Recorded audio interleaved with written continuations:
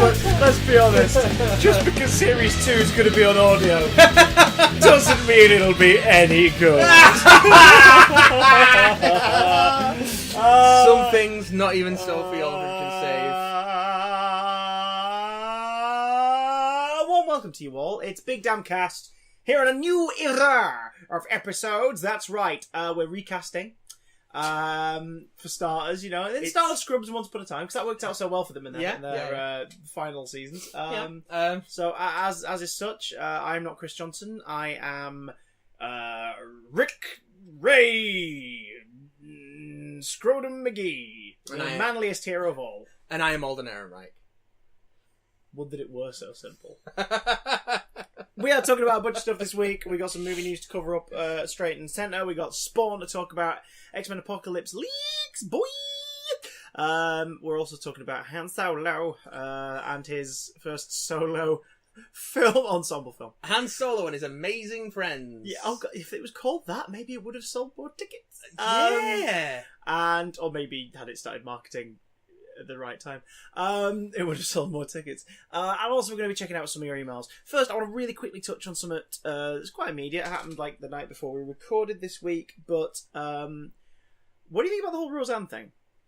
Roseanne Barr, star of sitcom Roseanne. She has repeatedly proven that she's kind of a garbage person. So an incredibly racist tweet directed at was it Obama's previous head of former member of government. Yeah, she was a former member of Obama's White House. I think it was press secretary. She's the press secretary. Yeah. She basically described her in a way that could best be summed up as either incredibly careless or proudly racist. Oh, proudly racist. Yeah. Definitely proudly racist. Oh no, because so many Republicans are trying to defend her by saying that she was being like, oh, it was careless, it was flippant, she apologised, move on. And it's like, So she makes this tweet, and within like 2 hours, ABC, the network that owns Roseanne and makes Roseanne, of course an affiliate of Walt Disney Company, cancels her show and publicly announces that they're cancelling the show. Which I think they've been wanting to do for a while. Well, because she's not been doing herself any favours on the old social. Oh yeah, media. she's not. But that's been the conundrum. The show, it was a comeback series of the show that's been like 10 odd years since it finished or what have you. And it was a season that was doing really well in the ratings. It was doing well politically with both sides of like the American sort of people because like the lead character is a Trump supporter and that is a plot point in it. And you know, like some of the other characters are Democrats and they disagree with the support and they have discussions about it in the show and things like that. And it's like, okay, right, this is interesting. And it's because in real life she's a Trump supporter and she said she feels that there's an unfair balance. It's like, well, do you know what? In that case, fair enough, go for it. That's fine. Bring that to TV. But then outside of it, outside of the really good ratings and the great response that the show's been getting, she's been an absolute garbage fire of a human being. Yeah. And it has now come back to bite her because Disney have gone, we don't want to associate ourselves with this garbage fire racist human being. So they make the correct call and swiftly cancel the show. It is massively unfortunate for the cast and crew who work on the show. And if ABC are swift enough, they will be able to commission or put together one or fast track one of their other shows in development to be to start work soon. Home Improvement. In the hopes that let's get another revival of a 90s sitcom with a garbage human being at the helm. Another garbage human being with incredibly sort of loud Republican views that verge on the aggressive platform. And that's the thing, obviously, now it being cancelled, you've got a lot of Republican supporters going, oh, this is a disgrace, because like, you just wanted to silence her, the liberal media want to silence her, and why can't you, like, friggin' cancel Bill Mayer's show, because he once compared Trump to an orangutan? It's like, can you not see? Can you really not see the difference between those two jokes? Yeah. Like, fucking, one of them's about a guy looking as orange as an orangutan's fur. Because of fake and the photo that they posted of him is him doing that stupid weird pursed lips thing and an orangutan doing a whoo thing, and it's like, look, he's even looking like, well, ha ha ha ha. There is no racial fucking implication in that joke. Bill Mayer can also be a bit of a garbage human being. Yeah. He can also be an incredibly sensible voice of reason from time to time, but he's also one of those people who exists very much in that on the fence of garbage and sensible. There are caveats in that. Yeah.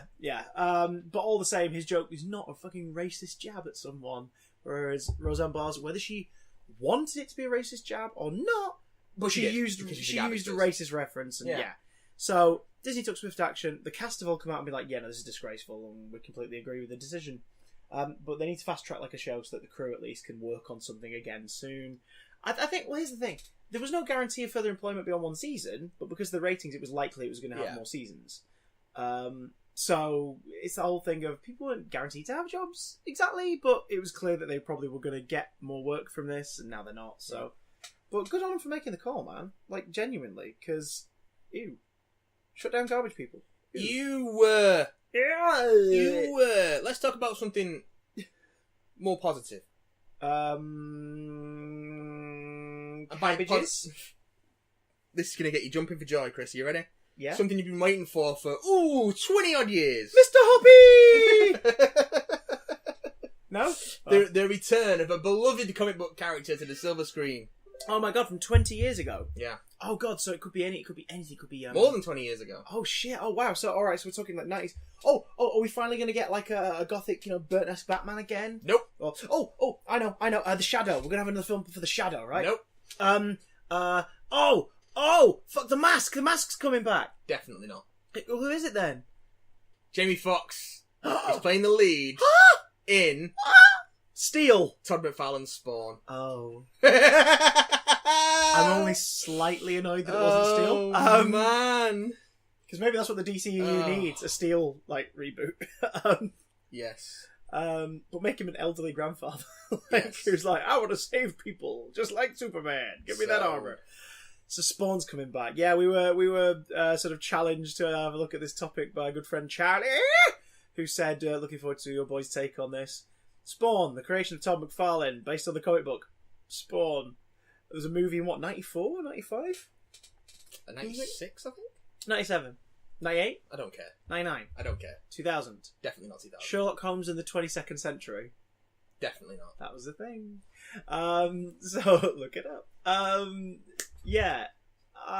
Is the world clamouring for a Spawn movie? No, Todd McFarlane is, though. So how many Spawn adaptations have we had, and how many Spawn adaptations have we been promised? Todd McFarlane's going to direct this. Yes, it's not happening then. So we had the 1990s Spawn film starring Michael J. White. Michael J. White, of course. Enough with the clown. And John Leguizamo. Was that line meant to be a sly reference to Spawn? Do you think? Who knows? In Dark Knight, probably. That's 10 years old this year. Kill me now. Yeah, in July. No, 10 years. I don't have to kill you now. Time's already doing it.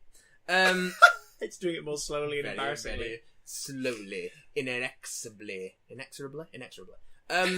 That's how you say that word. But the film's not great. There's some fun stuff in there. John Leguizamo's having a blast playing the Violator. Man, in the grossest fat suit. There's some wonderful prosthetics. Martin Sheen. And there's... Oh, God, yeah. Martin Sheen is the bad guy. There's some wonderful prosthetics. There's some fucking dreadful CGI. Oh, there is some awful CGI. Ultimately, it's a bit of a wet blanket because it doesn't go as far as those comics do. It's a bit shit. But at the same time, it does sort of tame some of the stuff in the comics that is like, what is the point? Spawn, why are you going this far? Spawn can't be tamed. Yeah, it can. Fucking the action figures, mate. They're like the cheesiest, like, Spawn! The superhero! Spawn! They get weirder as the lines go on. Oh, as McFarlane Toys takes hold of it, especially, yeah. They get... You compare a Wave... like a Wave 1 toy to a Wave 7 toy, and... they get fucked up! Yeah. I think I had a Violator that was on like a gurney. I bought it like second hand somewhere. He had like a mask on. It's just him like in a straitjacket. Like, I used to have the whole Series 1 set. My God. Does that include the little Spawn with the cape clicks on off and they've sort of got like that Kenner sort of posability? Yeah. Yeah. Yeah. It was all that kind of posability. It was original Spawn with the... They were all busted up by the time I got rid of them because I didn't play with the shit. But it was the original... Like your vanilla Spawn with the cloak, the hard plastic cloak, which clicks goes on shoulders. And had like a soft rubber chain to keep it round his neck, and then it folded in, so it had like on hinges the two sides of it folded in to cover him up, so they snapped off immediately. I had the medieval Spawn with the sword and shield. God, yeah. The clown, which was basically a brick with moving arms. Because it had that thing where if you turn his arm around, his clown head went inside the body. You know, like the Power Rangers? Yeah, I fucking loved that. The clown head went inside the body and the Violator head came out. Oh, that's cool. And the Violator, who was like a big bendy guy. Obviously, the Violet figure was a separate one. Yeah. And Overt Kill, who was an enormous, thick cyborg guy with a parking meter. I just have flashbacks to that clip of that Stan Lee show where they design a character that isn't him yet, but it basically is. That's where him. Overkill debuted, who then Todd McFarlane reworked into Overt Kill for Spawn, and also his head fired out with like a block of machinery underneath it because he was a cyborg, so his head just came off. And also Tremor, who is this big looking ugly dude whose fist had fisting action. Beg your pardon? He had spring loaded fisting action. No, sorry, one more time, sorry, I didn't quite... Spring loaded fisting action, Christopher! No, I meant you said he was a big ugly dude. Yeah. Okay, yeah. Yeah. Some of those toys were big and chunky, and Overkill particularly you could kill a man with. He was a big fucker. But yeah. Was there a later version of Overkill that was fucking massive and had like teal armour coming out of his arms and stuff and a little pea head, and it was about sort of 12 inches tall, and it was meant to be like the 6-inch scale, but it was just huge. The original one was pretty big. Let me find the original one. Did it have like gold chains and stuff dangling off of him? Might be a different character I'm thinking of, but I'm going to find Overkill for you now. But yeah, carry on. Spawn, terrible. Too many adaptations of it. I was going to say there's an animated series at one point that was sort of praised. Then there was meant to be a live-action TV series, I believe, that McFarlane was involved in, that never happened. HBO picked it up at one point, like, pre-production. Because everyone was... yeah, that's him. Oh, Christ, that's Overkill. It was massive! Yeah, it's one of those things where a movie reboot, or originally a sequel, and then a reboot, have been in the works for probably the last 20 years. Don't call it a reboot. Don't call it a reboot! It's a reimagining. It's a retooling of your favourite character. It's a reimagining of Boots. Dora the Explorer in cinemas 2019. Oh, they're making a Dora movie. They're making a Dora movie. Yeah, she's older. Yeah, of course she is. Are they still going to have Swiper in it? Swiper, no swiping. You better not be fucking swiping. There'll be a fucking Tinder joke in there. Yeah, there's got to be a Tinder joke. My take on it is this. Jamie Foxx really wants to be in a good comic book movie. Yeah, he does. So he's signing on to as many good projects as possible in the hopes that they'll work out. And so far, they ain't. Jamie Foxx. You can do better than this. Please leave that film now. You can do better than this. But then again, who knows? That star power behind it, that might be the thing the film needs to actually sort of fast track. Oh yeah! Amazing Spider-Man 2's Jamie Foxx! Ray and Django Unchained's Jamie Foxx. Which of those came more recently? True. But next story. Oh god, no. That Spider-Man, he is my enemy! So when you say it like that, it sounds like really good 90s Spider-Man dialogue. That's Spider-Man! I'll do it skeletal style. That's Spider-Man! He is my enemy! Issue 800 of Amazing Spider-Man came out today. You pick that up at some point. Incompetent boobs! I love my boobs. I should probably pick that up at some point. Well, look at that.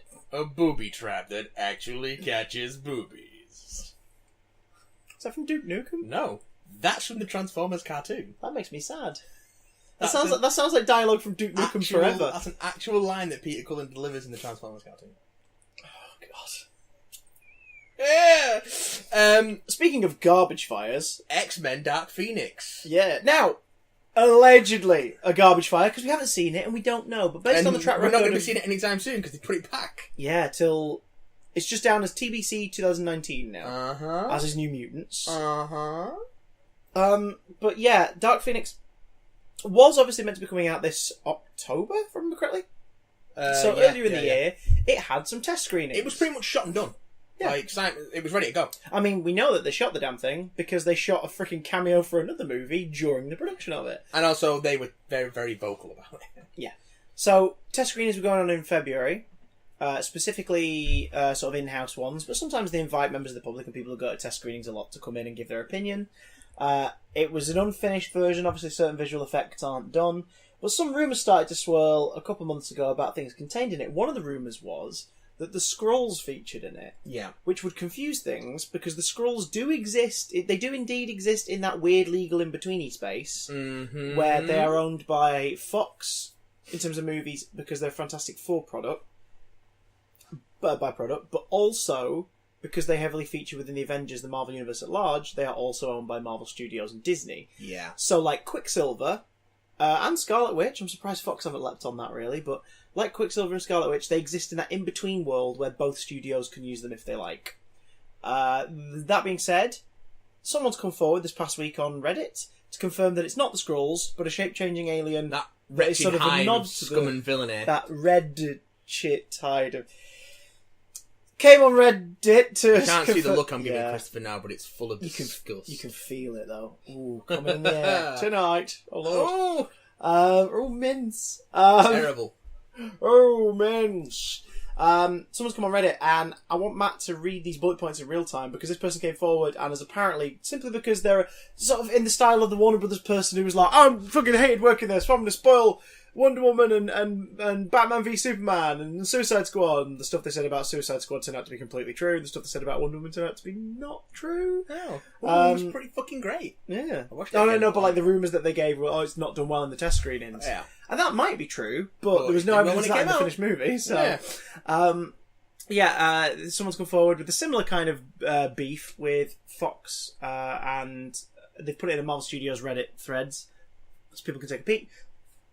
Basically, plot details for X-Men Dark Phoenix. Now, take this all with a pinch of salt. Take it with those big bottles of salt you get with the flip top. You can just pour it out. Yeah. And write your name with it. Yeah. Take it with one of those. Yeah. And then put up tiny little traffic cones telling slugs to stay away. This is what it says. So I've read this. Matt has not seen this. This was brought to our attention on Twitter by a fan of the show. I want to get your name up, mate, so I don't get it wrong. George White. George White sent this to us. I assume he's a fan of the show, otherwise this is sabotage. So thanks for this, George. This is Matt reading these for the first time. I want to make sure that this is clear. I am talking about the cut of the movie I saw. Things could still get tweaked here and there, but I do believe some things won't change. What can't change is the movie being really underwhelming. Really lower your expectations, because this one is not good. Oh no, what a surprise. Mystique dies! They repeat moments from X3, I kid you not. No punctuation, they're terrible. I kid you not? I kid you not. I kid you not? They repeat the moment between Jean and Cyclops, take off the glasses and kiss me, I can control your eyes! We see Charles pick up Jean as a child again. Jean almost kills Charles again by levitating him and dissolving him. Awesome. Because that's the thing she does now, apparently. Yeah, that's the thing based on the X-Men movies. Magneto does become an opposing force again and faces off with Charles' team. It's funny because before their fight begins and Charles is trying to talk to him out of it, Cornetto goes like, every time we do this, it's the same thing over and over again. Something along those lines. Like, no shit! Oh, God. Any Any of these things surprised you so far? No. He then gave a brief rundown of the film saying, X-Men are like Avengers status at the beginning of the film, which feels really unearned. Astronauts at risk of dying in space, literally the atmosphere, not space, due to some cosmic waves. X-Men saves them, but Jean gets hit by waves. They return and she starts freaking out about her powers. Movie begins with young Jean getting in a car crash with her two parents. At this point, after the rescue, we find out that her powers were responsible and she feels guilty for killing her mother. We find out that her dad is still alive, though, so she escapes the mansion, all emotional, to go find him. When Jean got hit by the cosmic rays, she sent the spaceship flying into space, and then somehow it fucking lands on an alien planet! The aliens look at the wreckage and go, fuck it, this means war, let's go get the Phoenix Force. That's literally their whole motivation. Wow. Jean finds her dad and she gets pissed that Charles lied to her about her parents being dead, but Charles lied because her dad didn't want her anymore. When she finally realises all of this, she almost kills her dad, but the X-Men come to save her. She's really edgy at this point. She kills Mystique by accident. Beast gets all mad because he loved her.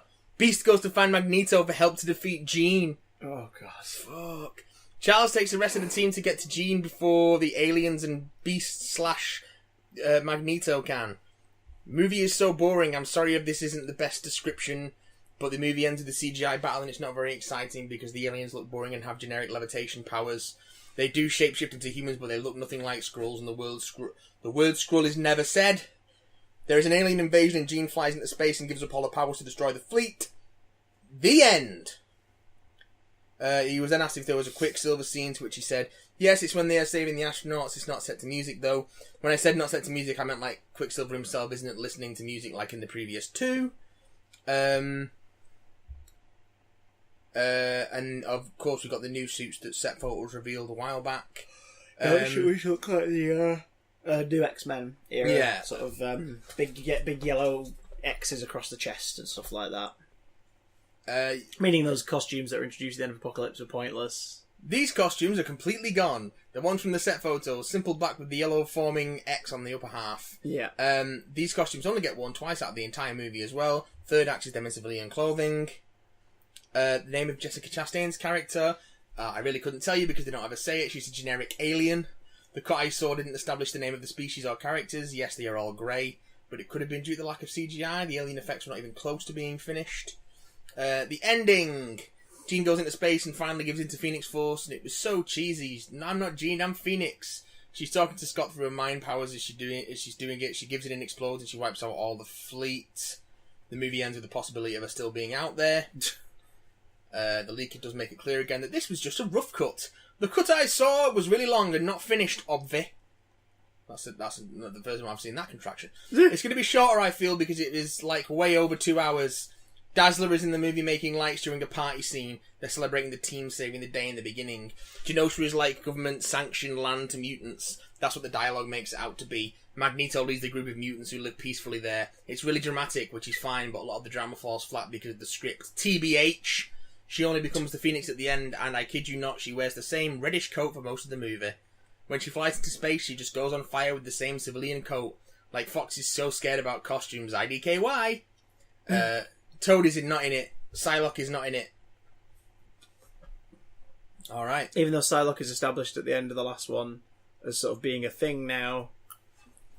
Not with the team, but like she's out there. Yeah, but we all know what Fox think about continuity.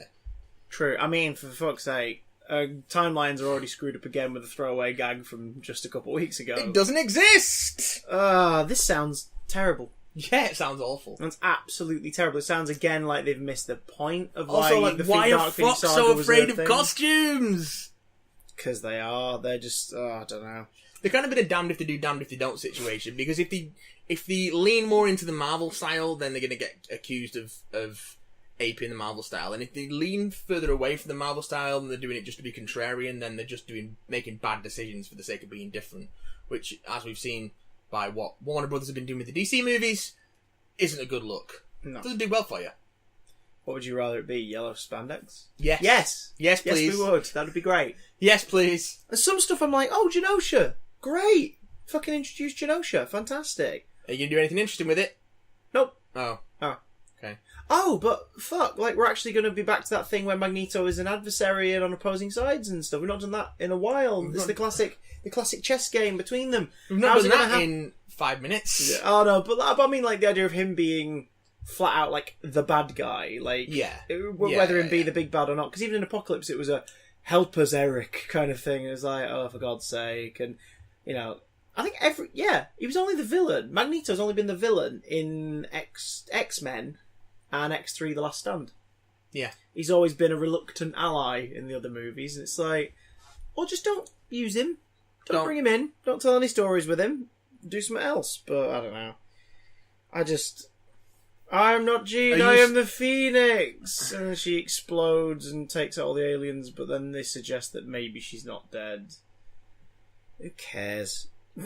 Who freaking cares? Wow. Do you think this and New Mutants are going to go the way of Star Wars detours? Yeah, probably. In that they'll exist and in their entirety somewhere. And never be released. They'll never be released, and it'll always be that what. And eventually, probably in about 20 years' time, some producer will get the all clear to release them on, like, Blu-ray or something. It's like here you go, guys. Here's a special edition release of the unfinished movies that we never got to put out. Yeah. Do you know what I mean? Like, because where are they going? What are they doing? What's happened? I don't know. It's just... Just pissing away a great franchise on the same old boring ideas again and again and again, and a complete reluctance to embrace what makes the source material great. Which is why they've all kind of been, more or less, the X-Men movies. Oh, yeah, you were talking about X-Men. Yeah. I thought you were giving a segue into Solo, a Star Wars story. Oh!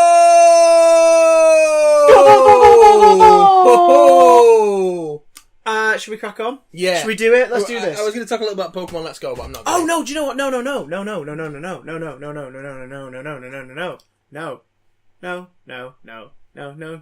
I would very much like to hear that because I think we're going to tuck into some weirdly meatless. All right. Pie in a moment. So I would like to hear something joyous. I've recently reinstalled Pokemon Go on my phone. He has. We met up like an hour and a bit ago, and the first thing you did was flash your phone to me. You went, "Hey," I was like, "Oh my god, you don't play that!" And go back to episode 4 of Big Damn Cast. You got over it really quickly. I don't think anyone plays Pokemon Go. It just exists. I play it. Or does it play you? I'm not sure why the Dr. Evil sting was appropriate. We talked a couple of weeks back about the rumours that the upcoming back off. The upcoming Pokemon Switch game was going to connect with Pokemon Go, and it was going to be based on Pokemon Yellow, and there was going to be a Pikachu version and an Eevee version. Because nothing quite says yellow like yellow and beige. Tasty. This is true. This is all true, baby! Trailer came out today as of recording this, and revealed Pokemon Let's Go Pikachu and Pokemon Let's Go Eevee for the Nintendo Switch coming out in November. Or, Let's go Pikachu! Or, Let's go... Whatever the hell it is Eevee says. Let's go Pingu!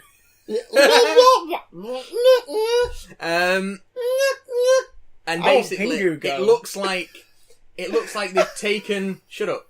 They've taken Pokemon Yellow, remade it in the Pokemon in like an upgraded version of the Pokemon Sun and Moon engine.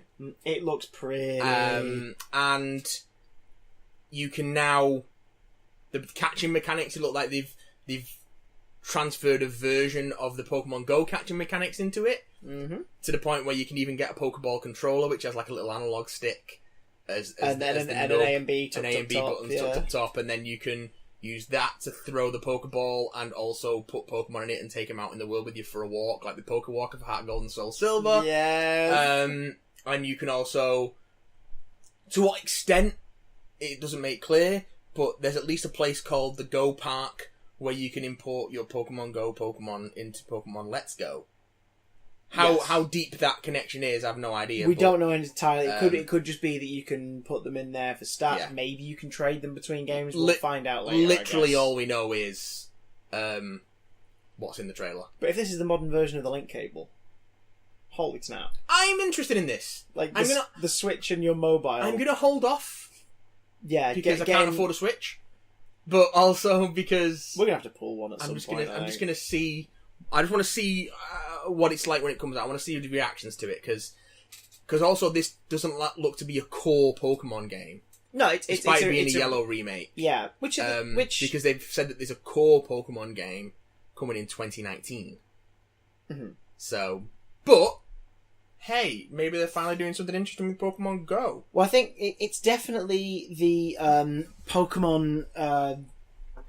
What's it? Nintendo, not as opposed to Niantic, Nintendo equivalent of what Pokemon Go did for the world a couple of years ago. It's a Game Freak game. Which was hook folks like myself back into the franchise by going, hey, buy your Switch! I know it's big and complicated and shit now, but would you like something that's just based on the stuff you grew up with? Here's the first 151. You're fucking welcome. Oh, yeah. Welcome to Pokemon Go. That was something that wasn't. I don't think was in the trailer. It's only the first 150 from Pokemon Go you can import into this one. Yeah, which I think makes sense. But apparently they're adding new Pokemon set during, that era. So the rumors are it's a sequel to Yellow, so it's set in Kanto.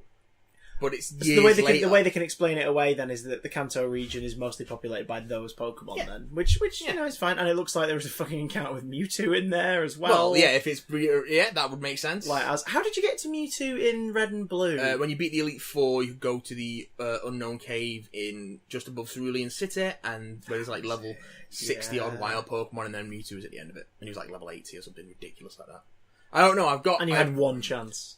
I've got Yellow on my 3DS, but I haven't played that much of it, especially recently because it's packed away for the move at the moment. So, but I'll break once I move. I will break that out at some point next week. Crack it out. I'd love to play it on stream, but I don't have any way of capturing Nintendo DS stuff.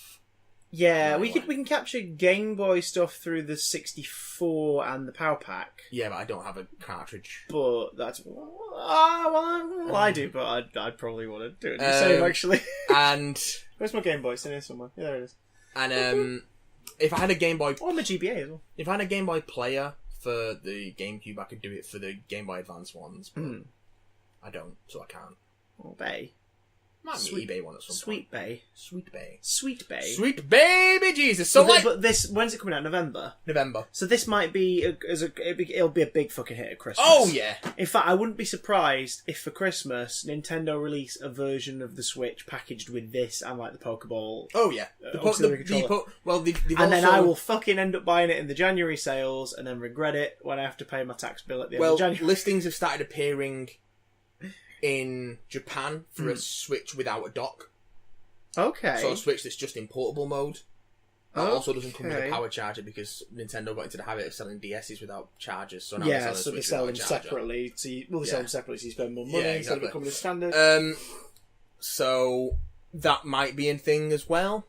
But I'd rather have the dock, even if it's like just an extra 30-40 quid. I'd rather have the dock in there because then you have the option. Most of the footage in the trailer has it being played in dockable mode because also there's a 2-player like drop in drop out co-op where another player can just like shake the controller and they're a trainer, and then I don't know whether they can bring their own Pokemon in or whatever. But anyway, that's enough. That's all we know about Pokemon. Let's go. And we're not a Pokemon podcast. I just like Pokemon. So let's talk about... He really does. He really does, guys. The main thrust, if you will, of this particular podcast. The main Star Wars story of this episode. Yeah. Solo. A Star Wars film. Solo. Tragedy in 3 acts. You do not like Solo, a Star Wars story? Spoiler alert for the end of this non-spoiler portion of the review. I enjoyed it. I actually really liked it. I think I like it more than Rogue One. Yeah. I really liked it. Weirdly, I think Rogue One is a better made movie in terms of the technical side of things. Yeah, I'll go with you on that. Definitely, something that was really bugging me during the screening, and then I watched a Red Letter Media video the night after and was like, oh god, even they point it out as well. The cinematography for this was pretty fucking shocking in places. But there was a lighter tone. It was very reminiscent of things like Firefly and like sort of Western archetypes. It's the closest Star Wars has been to a space Western since A New Hope. Yeah. It was a buddy movie. Like, it was very much about those two, and the ensemble, but those two once Chewie and Han got together, aside from a couple of forced lines of dialogue to make you all go, huh? Yeah? And it just made me go, And there was actually way less of that than I thought there was going to be. There really was, yeah. But aside from those moments, their chemistry was lovely. And it was like 10 minutes into Chewie and Han being in the film together, and my brain's going, yeah, that's Han Solo and Chewbacca. That's them. That is them. They look a bit different. One of them definitely does. Like, they sound a little different, but that's them. That's definitely them. I am amazed. I am amazed that this film has turned out as coherent, competent, and fun as it actually is. Like, it's actually I think it's a really good time at this. I know it's been getting some shit, but I really enjoyed it. I really had a good time with it. And I think it is a shame that it's going to get sort of, because in the age of the internet, it's going to be in top 10s and it's going to get branded as like a failure or as a crap movie. And it's like, really isn't. But it should have come out at Christmas. It should have come out at Christmas. It's not been doing as well as expected at the box office. Well, that's then give people a year between them. Make it so that it becomes like Harry Potter. Lord of the Rings for 3 years, Paranormal Activity, Saw. These are movies that in the last couple decades became staples of a time of year. Yeah. And because of that, people really looked forward to them coming out. Lord of the Rings did it. Yeah, Lord of the Rings, I think, And kicked off, and it was it was a December movie. Yeah, and The Hobbit tried to do it as well. Well, no one liked The Hobbit, so... Did it derail? Didn't the third one come out in like a July instead? I'm not sure, because I'd stopped paying attention by that point. Yeah, I saw the third one on Netflix like a year and a half after it came out. I only wow, this is dull. I only saw the first one at the cinema, and then I didn't bother with the other two until they came on Netflix. Yeah. By the time I finished watching number 2, I was like, my 3 favourite sections of the book have been adapted. I have no reason to watch the third one. They've been adapted poorly. Riddles in the Dark was pretty damn great from the first one. But again, it's in the first one, so once it's done, You're like, alright, moving on. Well, that's so, Solo Star Wars story is pretty fun. It is not remarkable. No. It is definitely going to sit in the middle of most people's like Star Wars preferences. It's a pretty good, fun heist action movie. It's got some, if anything, it's got more tropes of heist and crime films than it does. Which is what you'd expect from a Han Solo movie, really. It is pleasant. It pleasantly holds back on a lot of Star Wars visual stuff that you would expect them to do just to get lazy sort of bonus points. There is one Stormtroopers are in there. They're barely in shot. They're rarely seen. There is one particularly egregious tie-in to the larger Star Wars mythos, which we'll talk about in spoilers. Yeah, we'll cover spoilers. Which comes right at the end of the film. Fuck out of nowhere as well. Yeah, it does come the fuck out of nowhere. Comes right at the end of the film. I had to look up, because I'm not familiar with the entire history of that particular thing in the expanded canonical media as it is. So I had a quick look, and I was like, oh, it doesn't really fit in with that either, but obviously because they've got this team of... It does. Yeah. Oh, there's a period when it could happen. Yeah. But it's not like something that's been told in this context before. No. So it's like, and it also makes me think, well, where are you going to go with that later, if you're going to use that later, because that thing has a definitive end in the expanded media that is not set not that long after this movie. Yeah. So it's like, you kind of need to be careful with what you're doing here. I think I'd watch another one of these. And also, something to do with the casting of that made me really annoyed. But anyway, I would probably watch another 2 of these, in fact. I don't know if I'd watch another Han Solo led, but I'd certainly watch another. I'd certainly watch another prequel with him in the cast. Oh yeah, like with an ensemble piece with Han and Chewie. Kathleen Kennedy's been talking about. They've got all sorts of things up in the air. They've been thinking about a solo Lando movie, but they're not sure about that. That might be a way to do it. James Mangold's doing a solo Lando story movie. You do a Lando story that's a bit more of a crime story, because in this, obviously, Lando Calrissian's in it, but a lot of the situations that they're in are kind of dark, seedy. Can we just talk briefly about how fucking great Donald Glover is in this? Oh, he's great. Donald Glover is doing an impression. But not in a way that it felt like a party trick. Yeah, I don't think it's an impression as more as he's just got the feel of it down. Yeah, and because of that. Oh yeah, he's not wheeling out. He's not wheeling out. He's not wheeling out a variety act thing. He certainly sounds closer to Billy D. Williams than Alden Ehrenreich does to Harrison Ford. Yeah, but it doesn't feel like an impressionist. He's just got the character so down. Yeah. That it just feels natural. You might want to buckle up, baby. Okay. He's so good in this, and he does steal every scene he's in. He does. He's pretty great. Alden Ehrenreich puts on a hell of a show. Ehrenreich is really good in this. Ehrenreich is great. I'm still sceptical just because of all the stories we know and everything. I would love to see how much of what made him work really well in this film was down to the editing and the reshoots. Yeah. Because based on all the rumours from the early production, he was really missing the mark. In a way that made us included when we first talked about it like a year and a half ago or whatever, go, why not just recast then? The story behind that for most parts is the generally believed story is that the things he was having trouble with was all the improvisation. So him and during the Lord and Miller period of the film's production. Did you notice at the end they were credited as executive producers? Yeah. It's like, you can't put directed by Ron Howard and... A big part of the problem was Lawrence Kasdan, because he likes his scripts to be shot as they're written. which Lord and Miller were just Lord and Miller weren't the problem. Kathleen Kennedy was the problem by going, these things will work great together. Lawrence Kasdan recommended Lord and Miller. Oh, because he hadn't worked with them. Yeah, and also he'd worked with them on stuff that they'd either co-written or completely written, like in terms of the stuff he'd seen. So it's a Lego movie they were the co-writers of and stuff. So they made apparently they made a deal that they would always do one take of the scripted scene. Yeah. Before they did any improv stuff, which I think is not a bad compromise. But that sounds pretty straightforward, because then it's like if in the flow the scripted stuff works so much better and is tighter, then they can sort of bite their lip and go, all right, fair enough. But there were rumours that a lot of the stuff that was coming out of the Lord and Miller production was like a screwball comedy, almost Ace Ventura-esque tone. That's really far I removed. just don't think that would have worked, and apparently that was what got Kathleen Kennedy to turn around and be like, yeah, this needs to not happen. Because here's the thing, I think the film doesn't feel like the Han Solo film I kind of wanted to see. I don't know, I think it strikes actually a pretty nice balance tonally. It's definitely there. Yeah. But it's not quite, like it was weird, because it's like that character you think, all right, so we're gonna have a smuggler, we're gonna have a smuggler, like a gun running kind of thing. It's gonna be lawless, like smugglers out in space. Maybe he's a bit inexperienced. We're gonna learn about how he sort of cut his teeth properly on this stuff. Yeah. And instead, it was more a film of a hopeless young romantic who thinks himself a bit of a bad boy. And I kind of like that idea for Han, because it's fine. And I think that as an action that he takes.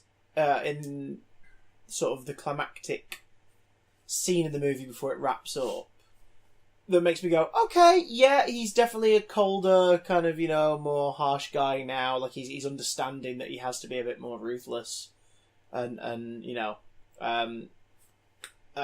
detached to get through this life. Yeah. But all the same, I don't know, man. I dug the tone of it, but I think that's just because I am okay with the idea of Han kind of sort of always having been the good guy, but hiding behind the scoundrel thing as sort of a defense. Yeah. That works quite nicely. It's just a shame that it almost makes him later on feel a little too...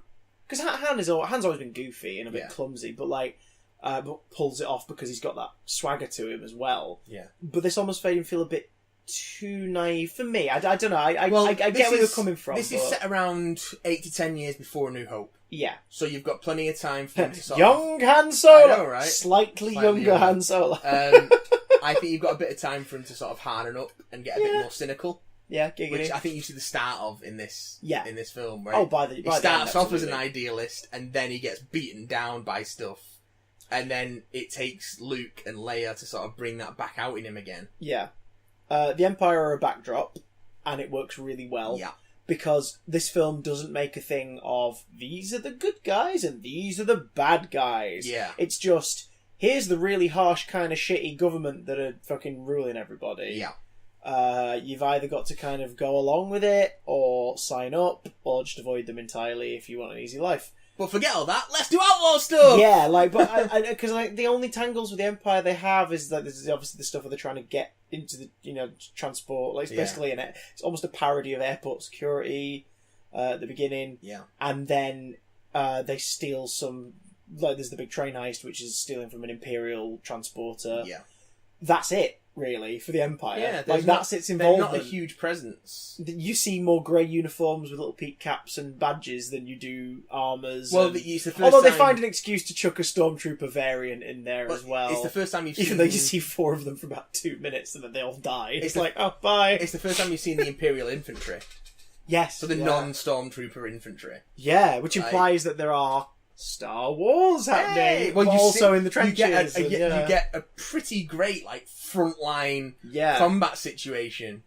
Which again, I think Red Light Media touched on this and I liked it. They didn't make a thing of, look, it's that thing you remember, and look, just in the back of the shots there's ATSTs dropping in, and they don't glorify it and do stings of music to make you go, because of the tone of the scene. It's sort of like a horrific situation. It's the front lines. It's a meat grind. Where is it that the Imperial weapons place is in Scarif? Scarif, in Rogue One.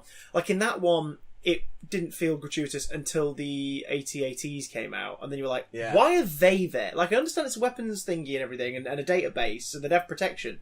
But why have you got AT-ATs in the middle of the ocean? Like, that doesn't make any sense. There were cargo transports which are armed. Yeah, but, AT-CTs. exactly. They were there to make us go, oh, it's those things Yeah, to remember. yeah. Whereas in this, it felt more like, oh, of course there's Yeah. stuff going. It wasn't...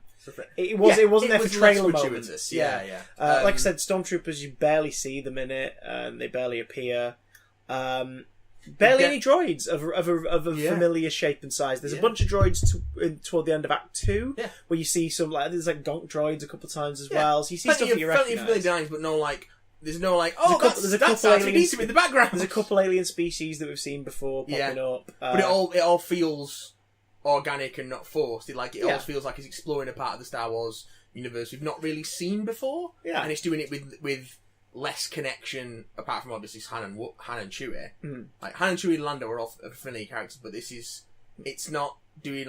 There's a little bit here and there of foreshadowing of what's going to come later with them, but it's not. It's like offhanded comments and things like that. It's not. Yeah, one of them's a bit gross. Toward the end, it's like maybe one day you will join this rebellion. It's like. Yeah, I'm like, okay. Of course he freaking will. We know he does. Stop it. But none of that was problematic enough for me to turn around and to spoil like the good time I was having with this movie. Like it was just a good, fun run. It was a fun heist movie. It was well performed. I really like all the cast. I know we were all worried about Emilia Clarke, but I thought she was pretty damn good in this. Yeah, I thought she was pretty great. I think they could have given her a little bit more to do to flex her acting chops. Yeah. So she did come across a bit like, you did good, kid. Whereas I think there was definitely maybe something more in there that we could have seen, but I imagine I think we'll get her character was pretty good. Was it Kira? Yeah. She was pretty good, and she did pretty good with it. If they do another one of these, I can see her getting a bit more to do. I feel were it a movie not aimed at being for kids as well as adults, they might have expanded a bit more on her story and the darker implications of it. Yeah. Whereas in this, it's just kind of like hinted in a way where you're not like, oh, I feel bad for you. You're like, no, tell us more. Like, what do you want? There was a moment when my girlfriend leaned over in the cinema and said, "Sex worker. She's definitely a sex worker." Yeah. And I'm like, oh, okay, right, okay. Trying to think of other things to touch on before we forget. Woody Harrelson as Beckett. Great. He's pretty great. He's what you expected. He was kind of like older, more jaded Mal from Firefly. Yeah, outlaw gunslinger. Yeah, bit of a dick, but clearly a nice guy who's not necessarily happy to be in this line of work. Yeah, but is going to get as much enjoyment out of it as he possibly can.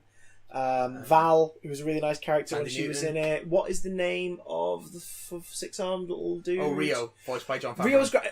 10 minutes in, I was like, that's Jon Favreau. That's got to be Jon Favreau. And then only after the movie, Wikipedia, it was like, it was fucking Jon Favreau! Yay! This is the first movie where... He's great. Chewie's brilliant. Yeah, this is the first movie where... my goodness. Been completely taken over by... What's his name?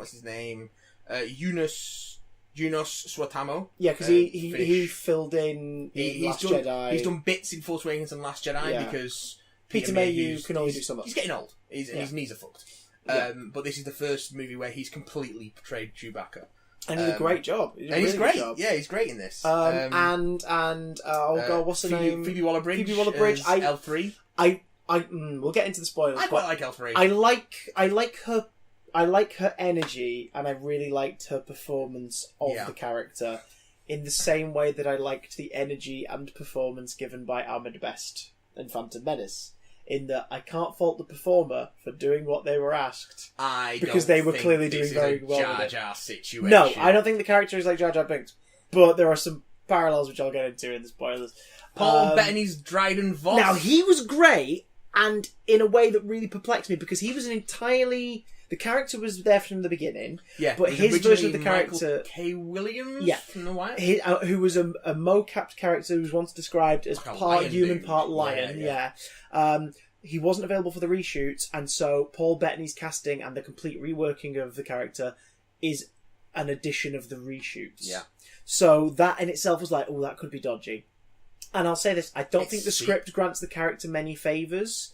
I think Bettany brings it to life really well. I think it's great. We only see him do something kind of scary once. But it's enough. Because of the way he presents himself, we feel in danger whenever we're with him. You know how Paul he might Bettany have been a got bit that more effective. Oh, go on. He texted Ron Howard one night, you ever lie awake at night and think, why am I not in a Star Wars movie? What was this after Ron Howard's announcement? Yeah, just joked then about Ron Howard texts back. Leave it with me. So even if he wasn't recasting that part, he would have found a way to put Paul Bettany in the movie. Yeah. That's great. Because I'm guessing Paul Bettany read that and was like, "Oh, brilliant!" Expected like a week later, I was like, "Right, okay." Like a Daniel Craig-esque cameo. Come down to the voice studios like tomorrow. You're going to voice this droid for three lines. Come on in, that'll be great. Like he was obviously expecting something like that. Or like, come to set. We'll put some fucking makeup on you. You can be in the background. That'd be great. And instead, it's like, come to set for several weeks. You're now the villain. Like, and it looks like Paul Bettany's having a fucking whale of a time as well. Yeah, it's nice to see Paul getting to play out in that sort of another daft toy box where he gets to emote a bit more. Yeah, and he was pretty great. Other stuff to mention before we go to spoilers. There are kind of two, not counting the opening. There are kind of like two big action set pieces. Yeah. One's the big train heist, which I think was fine. I think the editing ruined it a bit for me. I felt like it could have been a little choppy. Yeah, it could have been sharper. You could have taken a good 2 minutes out of it, and it would have sort of flowed a little nicer. But it's pretty exciting. It's the Kessel Mines set piece, the 10-15 minutes there, even before they fly off. That stuff's great. Yeah. And then when they fly off, it's pretty visually inventive as well. Yeah, I think the whole... Well, I don't think it's much of a spoiler to say that like the main thrust of this film is the infamous Kessel Run. Yeah. And yeah, it's pretty fucking great. Yeah, they find a way to make something that, when you think about it, isn't actually that impressive, it just sounds impressive, look really impressive. Yeah. Yeah, we made the Kessel Run in 12 parsecs. Oh, big fucking what?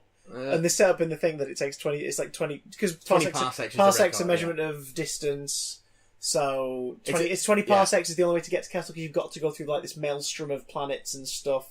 The safest route is just this straight route. You've got to it's go 20 parsecs. They need to travel a shorter distance for the sake of their cargo, so it doesn't explode. Yeah, they need to get there quicker, so they need to travel a shorter distance. Yeah. So what they were going to do was they sort of aim to go as much the way as possible and then figure it out, don't they? Yeah. But then they get diverted, so they take a drastic shortcut into the fucking unknown. And it's pretty freaking inventive and creepy, and was my favourite bit. Yeah, if you saw it, that noise will make sense, because that was just horrific. The more has been mentioned in other Star Wars media, and it's basically this enormous sort of cluster of black holes and nebula and all sorts of cosmic phenomenon. And you get to see some really cool stuff. The way they make it works really well, and it means that his brag in the original Star Wars isn't as daft as it sounds when you actually dissect it, because you're like, what he's saying is, we took a shortcut through the most fucking dangerous part of space ever, and it was pretty great. Although did the Millennium Falcon make the Kessel Run in less than 12 hours? Well, that's my favourite thing. Technically, that's my favourite thing as well, because they sort of tweak it. It makes he says 12 parsecs, and Chewie sort of goes like, and he says, well, does he round it down? Which means that they're even lying in the original movie. Which is totally... less than 12 parsecs. Which is, no, it wasn't. But which is totally a hand thing to do. I appreciated that a lot, because it retroactively made that brag even more of a brag, because he's fibbing a bit to make it sound more impressive. Yeah. So that was cool. I think it's a lot of fun. I think it is a nice, solid, if I was to rate it, I think it's a nice, solid 3-star movie. I have a feeling... It's a really solid, fun time. I have a feeling that this is going to go down really well with the people who didn't like The Last Jedi, because it was too divorced from the wider Star Wars because war. Based on the box office so far, it looks like a lot of those people just haven't gone. Yeah. And it's like... I mean, I didn't enjoy Last Jedi. I really did not enjoy Last Jedi. I had a great time with Solo. I had a lot of fun. And it's kind of made me go, you know what? Keep these individual stories coming. Oh yeah. I'd watch another one of these. No problem. Although, like, again, Society Red Letter Media, focus on characters we don't know. Like, let's meet. Obviously, it's earlier on in this venture for them to take too early on to take those risks. But we've had a film with characters we never met before about an event we'd heard about, and that worked. We've now had a film about a character we know. We know that the next one is a James Mangold directed Boba Fett movie. I don't think that's the next I don't one. want but that. It's... We've not touched on that because it came like between episode recordings. I know they said it's happening. I didn't know. They confirmed it's the next. It's the next Star Wars story that they're working on. Is all they've said. So that could be that it's the next one to come out, or it could be that they've already got another one that they've not told us about yet, and this is the next. But I don't really want that. As much as I want to see James Mangold play in this sandbox, I don't want a movie about Boba Fett. I couldn't give a shit about Boba Fett. I love Boba Fett, as every sort of Star Wars fan does in that weird way that is completely hard to explain. But I don't want a movie about it. I think we'll get there. I do think we'll get there. Give me a Bosk movie. I'm only partially joking there. Boss, minor spoiler. Boss gets a shout out in this film, which made me smile. Yeah, there's a lot of all of like the sort of fan service, wider connective stuff is like odd shout outs here and there, but because they're in dialogue and they're situational, it feels. I mean, Scarif gets a mention. It feels natural. So Rogue One gets a shout. And, there's some really like fucking deep obscure deep cuts. What are they called? The stormtroopers who are basically Rosencrantz and Tag and Bink. Apparently they're in it, but I don't think they got a shot.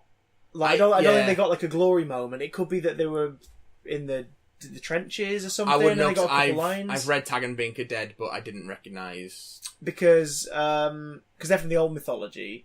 They're from Legends, yeah. Yeah, but the implication is that they've been hiding them in the new stuff for people who are looking out. Because apparently the two stormtroopers who hear Kylo's tantrum in Force Awakens, it's meant to be elderly Tag and Bink, which I think is quite a fun little idea. It's like, why else would you have a comedy stormtrooper moment unless, of course, it was two comedy stormtroopers? I had that idea, cool. And they're apparently in it. One of them's played by John Kasdan, and the other one's played by like the exec producer. But I mean, they're just in a scene. I think they're in the trenches. Okay, I think they're just two soldiers. We'll find out when it comes out on DVD. But that stuff's nice because it's just if you watch the credits, you go, oh fuck, like that stuff's how you do fan service. It's just subtle and weird and makes people smile. And I think it was with the exception of the big wham moment towards the end of the movie, which we'll talk about in a minute.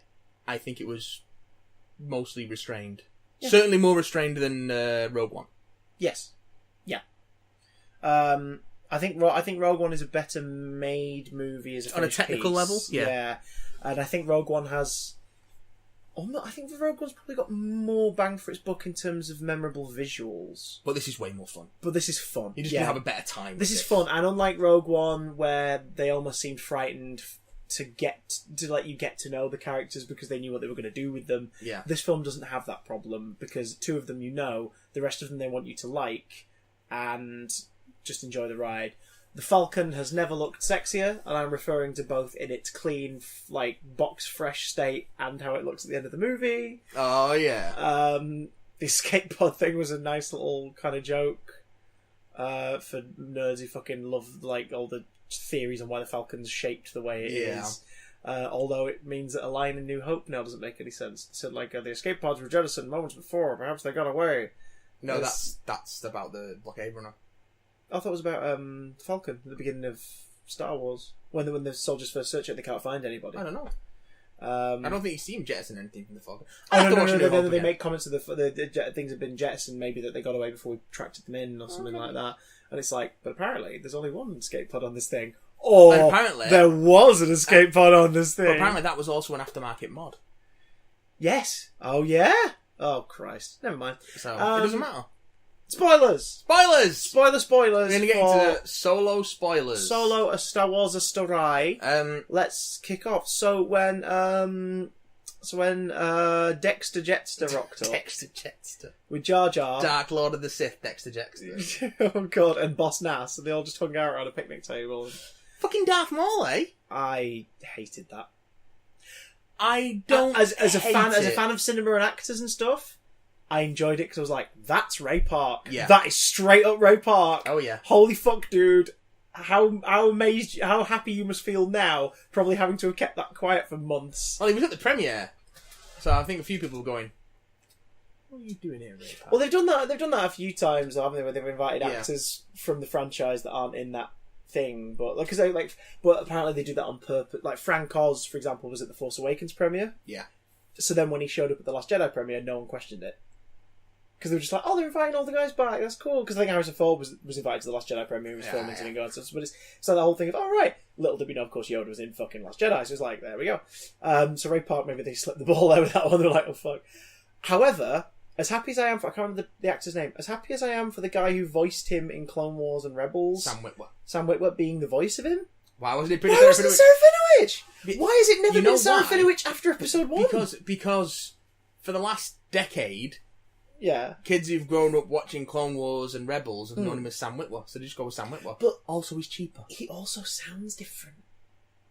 But he has one line in Phantom Menace. Like, I don't think... How dare you? At last we reveal ourselves as Jedi. Like, he doesn't sound different enough to go... like, oh no, that's a completely different guy. Because also, he's been cut in half. I'm thinking of the Duel of the Fates thing. I montage, like... That's a tiny nitpick. It is a tiny nitpick. I can't get behind, I'm sorry. It is I can't tiny come with nitpick, you on this journey. But here's my beef there. Okay, if Maul is going to have more lines, yeah, give them to Ray Park. Yeah, I get that. The only reason he was dubbed in the first one is because George said, somewhere in one of the behind the scenes things, George Lucas said he wanted Maul, he wanted his voice to feel like it did not come from that body. Like, because Ray Park is not a tall guy, he's like 6, well fuck, he's like 5'4", 5'5", he's quite a short guy. He wanted the voice to come from him to physically not match his presence, because he wanted it to feel, like, scary and different. But we've heard Ray Park speak in other stuff, he could definitely do a Maul voice quite easily. The older he's got, I'm sure the gravelier his voice has got as well. He could probably do that quite easily. Although it was cool to see him because it was like, oh wow, that is definitely Ray Park, and they're not hiding the fact that he's older. Like it wasn't a CGI mocap version or anything. It was just Ray Park in the fucking Maul makeup, holding his lightsaber that he has in Rebels, like with the sort of curved thing on the edges, with his robot legs. Robert. Although the lightsaber moment was so fucking gratuitous. It was just like, I was like, why are you igniting the lightsaber? They only did that because they wanted people who probably were like, wait, hang on, do I recognise him? To go, oh, it's that guy! Oh, yeah, totally. But those people would then go, but wasn't he cut in half? Totally. But then, you know what happens then? They go to Wikipedia, and they look it up, and then they buy Clone Wars on Blu-ray, they buy Rebels on Blu-ray. In terms of his history, this fits in the space between Clone Wars and Rebels. Yeah. So apparently during that period, the last we saw of him in Clone Wars was the Emperor. Because God, what's his brother's name? He's got the dumbest fucking Savage Opress. Savage Opress. They spelt Savage Opress, but it's pronounced like Savage Opress. It's Savage Opress. It is. It's fucking stupid. It's great. The Emperor attacks them both. Like this is in the Clone Wars, so it's Clone Wars is set between Attack of the Clones and Revenge of the Sith. Yeah. So sometime before Revenge of the Sith, Savage is killed, and Maul is taken by the Emperor, who basically says, like, I'm not going to kill you, I have plans for you. Yeah. Then the Dark Horse comics, which are now non-canonical, surmise that before that even happens, Maul escapes. Son of Dathomir is still canonical, because Marvel republished that. Yeah, some of the stuff's like rejigging it since, but the implication is that he escaped the Emperor, joins up with a bunch of crime syndicates, and then they do some shit, which the comics have yet to elaborate on in the new canon, But that's what happens. And that's where we find him. Now it turns out this film's confirming he is involved in something called the Crimson Dawn. Yeah.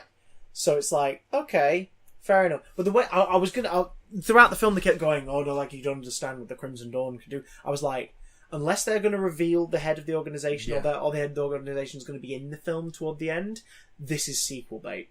I just had that feeling throughout the movie, and then when that moment happened, it was like, "This is sequel bait." When why, guys? As soon as my girlfriend saw the tattoo, she leaned over to me and said, "It's Darth Maul." I'm like, really? How? How did you do that?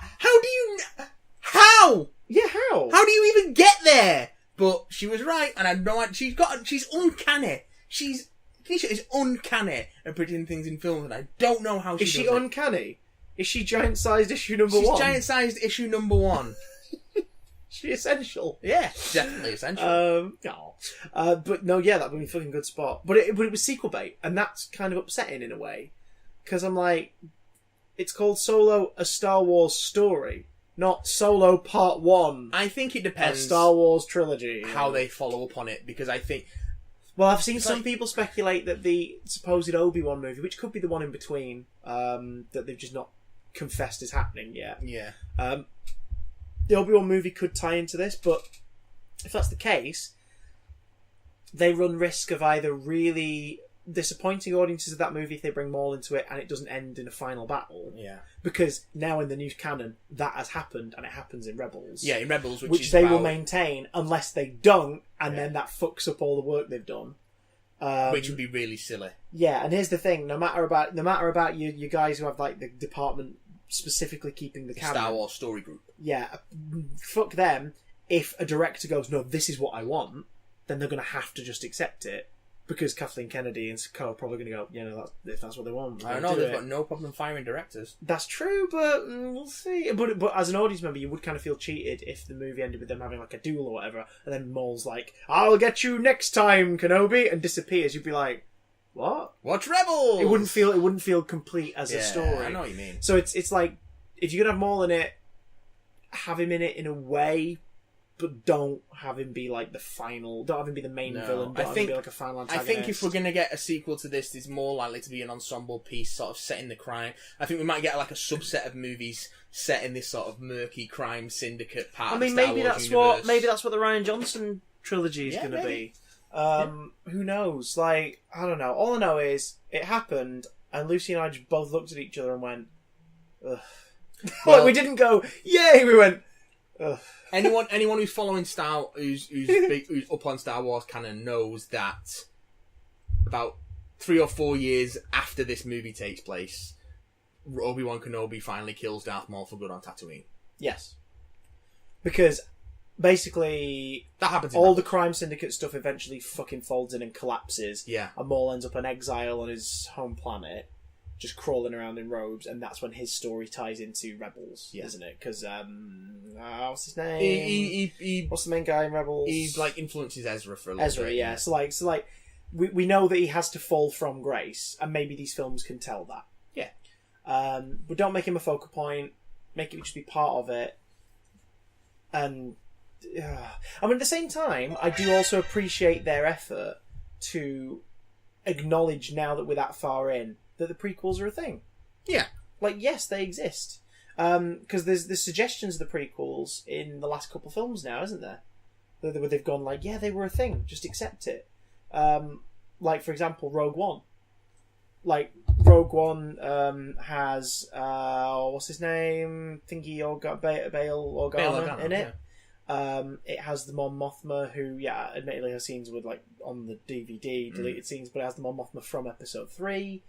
And also it has, without saying it on screen, but I think it's been confirmed since, Mustafa's in it. Like, it's where Vader's temple is in Rogue One. No, I think it gets a caption. No, I think it just says like Castle Vader or something like that. But it's because there was the speculation of like, is that Mustafa? Is that? And then later on down the line, they've gone, yeah. In fact, I think it might have been the Darth Vader comic that they confirmed that. That he's got a castle on Mustafa. The idea being that the Emperor's gone like, here, I've given you a castle. Oh, thank you. That's really nice. Why is it on the planet where I was hacked to pieces? Because I want you to think of that day forever and always. Anyway. Because I'm a shit. You've got to accept it. I've done the drapes. I paid for the drapes, Vader. Terrible. I paid for the drapes. I got a man in. Paid for the I'm drapes. not going to get my deposit back for this.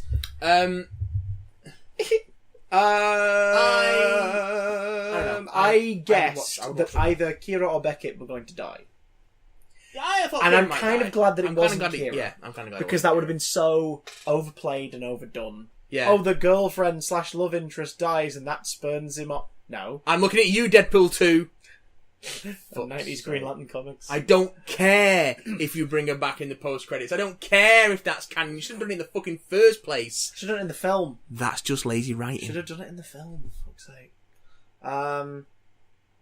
No, Deadpool could have done it in the film. There's only enough juice in here to go backwards once. Right, give it here. Yeah. And he does it, and then he goes back to fucking like 20 years ago and spends the next 20 years correcting continuity, then saves Vanessa, and then locks himself in a fridge or something. Do you know what I mean? Like, you could have gotten away with that, and the ending be that he time travelled and then fucking waited this time out because his healing factor would stop him from aging anyway. I'm sorry, Christopher, but that sounds terrible. No, it doesn't. It sounds great. It sounds awful. And then your post-credit scene could have been the Juggernaut pulling the cable out of his arse as he's being arrested. Anyway, so... Don't ever write a Deadpool movie. If I write a Deadpool movie, I'm giving it to fucking Gil Simone. I'm like, right. You script it. You seem to have a really good observational, like, sort of look at this character. Well, she's writing Domino for Marvel at the moment. There you go.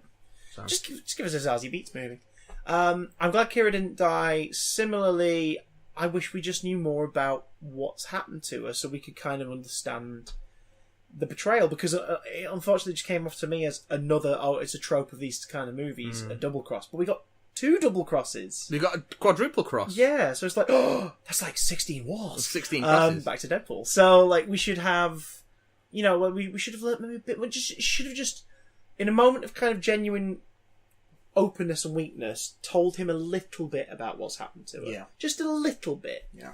So we could kind of get a sense of, because you get the idea at the end that she's sort of reluctant to see him go. She doesn't want him to go. She has missed him.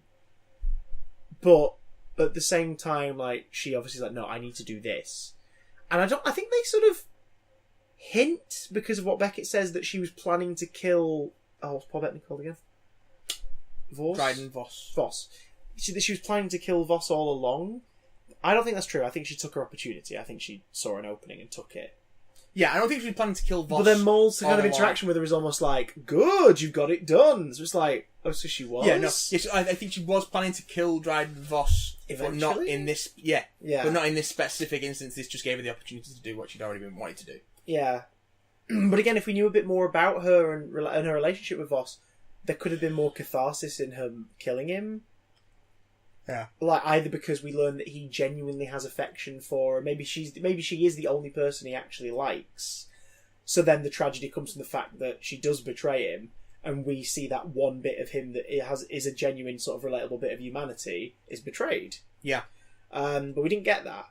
Like, he kept saying that she was the only person he trusted, but that just could be because he's trying to intimidate her in that moment. With the idea of, like, I trust you, you're the only person I trust, and if you betray me, I don't know what I'd have to do. Do you know what I mean? It's like, okay. Similarly, it might have been nice to see that she fucking hated him and was playing the long game. Or she also had kind of an affection for him, but knew that she had to take this step. I think you got a sense that she didn't particularly care for him. Yeah. But I think it would have been nice for it to... Because it was subtext, but I think it would have been nice for them to push it just a little further. Just so we could get a sense more of the weight of it all. This just in, Chris doesn't like subtlety in his movies. No, I love salty More at 11. movies. But I do feel like some things can be...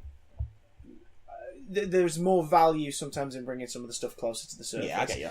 And I think in this instance, her and Voss's relationship and her story for the last 3 years, it would have been nice to have gotten a bit more.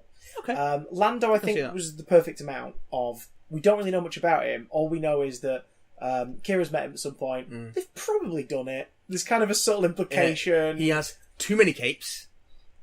So many capes. And that was a genuinely sweet moment where Han just catches her trying on one of Thingy's capes. Yeah. Because from what we hear of what she knows of Lando and stuff, again, implication that maybe they have spent some time together in whatever context, that she's probably since first meeting him been like, oh, what would I look like in one of those capes? That was the one moment, I think, beyond her introduction in the film. That was the one moment with her in the 3 years later part of the story where I was sort of like, oh, there's a bit of what she's like as a person. George Lucas guest directed that scene. Did he? Yeah. Wait a minute. The one scene where I emotionally connected with Kira... He was in our set visit. Was the day when Lucas directed... When they were filming George, the scene with... I'm going to sit at these monitors a mile away and go, just kind of sit up here and stand there. Was directed by Luke. Okay, then that was great, but faster and more intense. Then again, that was the only scene that felt like it was sort of not so subtly homaging the trilogy. Yeah, because it felt like him and Leia in Empire stuff. Yeah. Which, like I said, because we don't know much about what is going on inside her head, it felt a little bit creepy for a moment. Yeah, a little bit. Until she immediately was reciprocating the kiss, and you were like, okay, fair enough. But in that first moment, it was like, Han, come on, like, keep your distance. A lot's changed here. Don't be a creeper. The fact that when she first saw you, like, the day before, she didn't immediately grab you and snog you kind of implies that maybe she's in a different place in her life. Yeah. Like, don't do this. Cool, bro. But... yeah, no, that was a nice scene. Good on him. That was a really well-directed scene. Yeah. It was really sweet and evocative. But anyway. And provocative. Ooh, And capes. provocative. But Lando was the right amount. I like the fact we kept a distance from him. And he was kind of just like a... He was just sort of like he was almost a comic relief, in a way. Like, he wasn't a comedy character, but he was that kind of, Has Lando fucked L3? I think Lando has probably fucked L3 when drunk. I'm not saying that as in he wouldn't, like, do it sober. But the idea that she's got a thing... She clearly has a little thing for him. and she thinks it's him having a thing for her.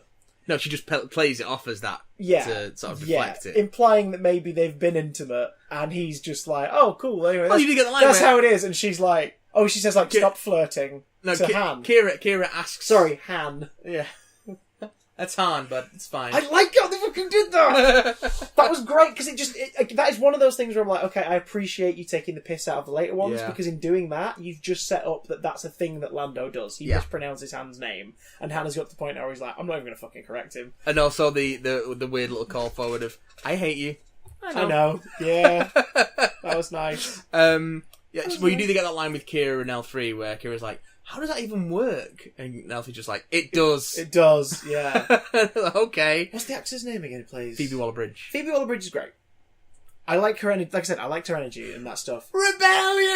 I loved that. That I loved. But I'll tell you what my problem with L3. I'll tell you what my problem with L3 was. What's that? We are 2 Star Wars stories in, and both of them have featured quirky, sassy robots. Yeah, I get what you're saying. I get where you're coming from. I do. So I kind of felt a bit of K2SO recyc. K2S over it. Yeah.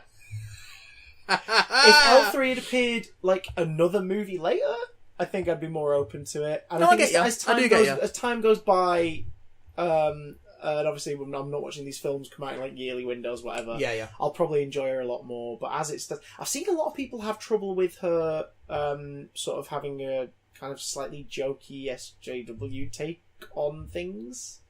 Like, she's talking about, like, rights and equality and you shouldn't be fighting and all this stuff in a way that's almost meant to be a gag. I didn't feel like that. Because she starts a fucking rebellion. Oh, no, but I mean before the rebellion, when it's just all the stuff before they get to Kessel is almost played off for comedy. Which I think, I would argue it is. It's played off for comedy. Like, she's trying to interfere with the robot fights because she's like, no, this is wrong, I respect the rights and this and that. And everyone's like, oh, it's meant to be a parody of the fact everyone's saying that Disney are doing this from an SJW point of view, and it's like they're parodying the perception of themselves, but it's also like, but if they were doing that, wouldn't they acknowledge that maybe they were being a bit too fussy? This is regardless of like what I think of it all. I think Disney are doing the right fucking thing in terms of diversity, representation, and everything. But there are people who really take umbrage with it. So was this meant to be a subtle joke on it? I don't understand the beef with that, though. No, I don't think so. Like, even if it is a subtle jab at themselves, so what? Like, that means they're aware that people think that some of this is a thingy. It's more a middle finger to those who are saying they're going to boycott a movie because a black guy's the lead. Because ultimately, L3's push for rights ends up helping them in the end. Yeah, it becomes a character thing, it causes this rebellion on Kessel, which is what allows them to escape with the coaxium. That lends more credence to the idea that she is genuinely in love with Lando as well. Because if this is how she thinks, why would she stay with him? Yeah, unless she actually kind of does have a thing for it. She holds a bit of a candle. She holds a candle. And it also makes the loss of the Falcon for Lando even a bit more tragic because L3's in the ship. L3's in the ship. That was a nice touch. Yeah. I like that a lot. She is the ship's computer now. Yeah, that was really good. And it also explains why it is such a sought after ship, because it's got the best fucking navigational system in the galaxy. Yeah. So that was really cool as well, because it means in the later movies it's this whole thing of like, impounded, and we're going to take his ship and all this stuff, and you're like, why? It is a piece of junk from the outside, but if people know about what the ship can do, they're like, oh no, that thing's a fucking great ship. We should take that. And also it's foreshadowing 3PO's line in Empire where he's trying to talk to the ship's computer. It's like, it's got a most unusual dialect. I don't know where it learned to talk. Which in itself is just meant to be a little quirky line, but oh my god, you're right! It it out a bit. Oh snap, I didn't realise that. And it also explains why Lando is more than fucking happy to get back into that cockpit. Oh yeah. At the end of Empire. Because again, it is that whole thing of, we're going to find Han, but he's like, I get to feel like young me again for a bit. Because we knew that Han had won the Falcon from Lando in a card game. Yeah. But like now there's a bit more to it. I think that's the thing as well. Like these were the things we were afraid of, but obviously they don't go too far. Which was, is this just going to be a checklist? I think they strike a nice balance of everything. Which ones did you find gratuitous? I found the sting of music when Beckett handed over the blaster gratuitous. I would have preferred, mostly because it was the whole thing of he was stripping down a rifle and it turned into a blaster and there was like, there you go. I was like, I don't care how he got that. That implies he's had the same fucking gun this entire time, and I always find that. But I always find that really dumb. It's his gun. Of course, it's his gun. That's fine. But the fact that it's like, oh, so he's had that same gun this entire time. What the fuck? Like, I think I would have found that gratuitous had Chewie got his bowcaster. Yeah. Then I would have been like, oh, for fuck's sake. I like because they're smugglers. Surely along the way they'll go, oh, fucking have that. I like Chewie freeing the other Wookiees. That was great. And I like. Did you see the elderly fella that was with them, the humanoid guy? Yeah. Do you know who that was? Anthony Daniels. They found a way to keep the cameo going without shoving 3PO into it. That's pretty neat. Which I think is quite a nice touch. Because they could have just made him the protocol droid in the car chase at the beginning. Yeah. Or even just like... Or just at the airport had them in a queue, like, in the queue, him and R2. But instead they were like, look, the joke has always been... the droids were in all 6 movies of the saga, and then we've kept the idea going that they will appear in every movie by giving them that Rogue One cameo that made people go, wait, what? This is how to carry it on without making it gratuitous and trying to find crazy excuses for 3PO to be out and about. Just put Anthony Daniels in the movie. Yeah, because they could have done the 3PO and R2-D2 at Coronet Port on Corellia. You know, I read somewhere as well that Warwick Davis' character in this, which was nice. It was like, oh, fuck, it's Warwick Davis. He's Weasel from Phantom Menace. From Phantom Menace. Yeah. That's a nice touch. That's a deep fucking pull. Yeah, I didn't care much for the idea that this little group with the start of the rebellion. I don't think they're the start of the rebellion. No, I don't think that's what they were going for, but I think it was to do again with the editing, the music, the way they tried to make it look was like, this is the spark. It's not the spark though. That lights the things.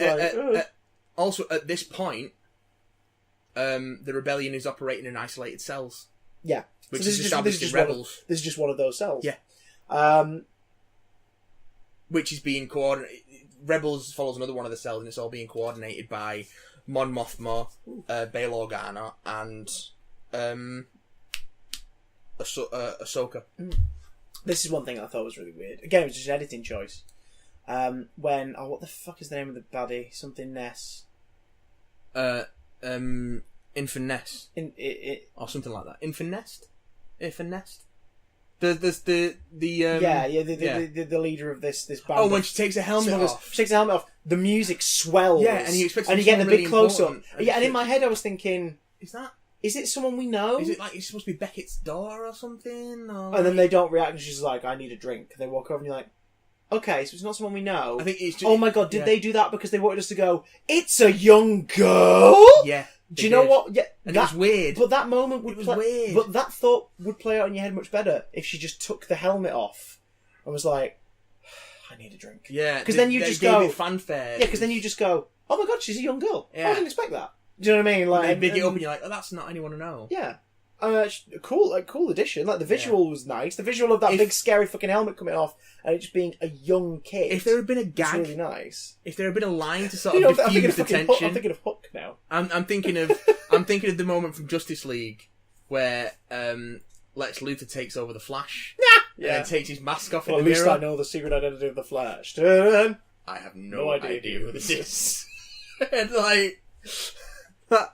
If they'd have done something like that, that would have that might. But without that, it just sort of like the dramatic moment that didn't mean anything. It was a bit odd, but it was a niggle. It's a niggle. So you get packing foam in space, yeah, and you can heat up something just enough to hide a fucking gun in it and put it in a lid. Apparently, didn't realise that little random tribe there had like PVA glue and a spare lid and some. Well, you just cut a bit out with your multi-tool laser thingamabob, and then you whack the gun in and. You know, a little bit of sticky tape, space sticky tape, space tape. I'm trying to think of these Easter eggs. There's the Bosk shout out was nice. Yeah. The man who killed Aura Singh. Oh, Aura Singh is that a video a bounty hunter from the prequels. Right. She's in the Clone Wars. She mentors a young Boba Fett, and she's also the pod race scene in Phantom Menace. Yeah, she's at the pod race. She's like a tall bounty hunter with a massive long rifle. Oh, okay. Alright, fair dues. Like, really obscure pull. I really admire their restraint in not bringing Jabba into the movie. They mention him. They mentioned the Huttese like clan or whatever. Well, they mention a big time gangster on Tatooine. Yeah, Beckett says like he's there's a job, big time gangster on Tatooine. Like that's where I'm going now. Yeah. If you're done with this, like soon you don't die, come and catch me up. We'll work together again. This will be great. And then obviously you find out that he's still there. Yeah, they do that. But at the end of the movie, Han's like, well, what do you say, buddy? Like, there's apparently a big-time gangster looking to put a team together on Tatooine. Let's go. It's like, fucking hell, how long has he been running from that death? Yeah. Do you know what I mean? Which it retroactively makes the scene in Star Wars / now A New Hope that they put back in seem a bit tame. It's like, Jabba, fucking break his legs. No, like, don't just have a conversation with him with your boys standing around. He's been fucking running from you for 8 years. Break his legs. No, because in A New Hope it's implied that debt is fairly recent. Oh, okay. Because he's already been working. Right, so he's been working for because Jabba's like, you're the best. Yeah. You're always good for me. But you fucked up, so now I've got to get that money back. Well, no, how does he say it?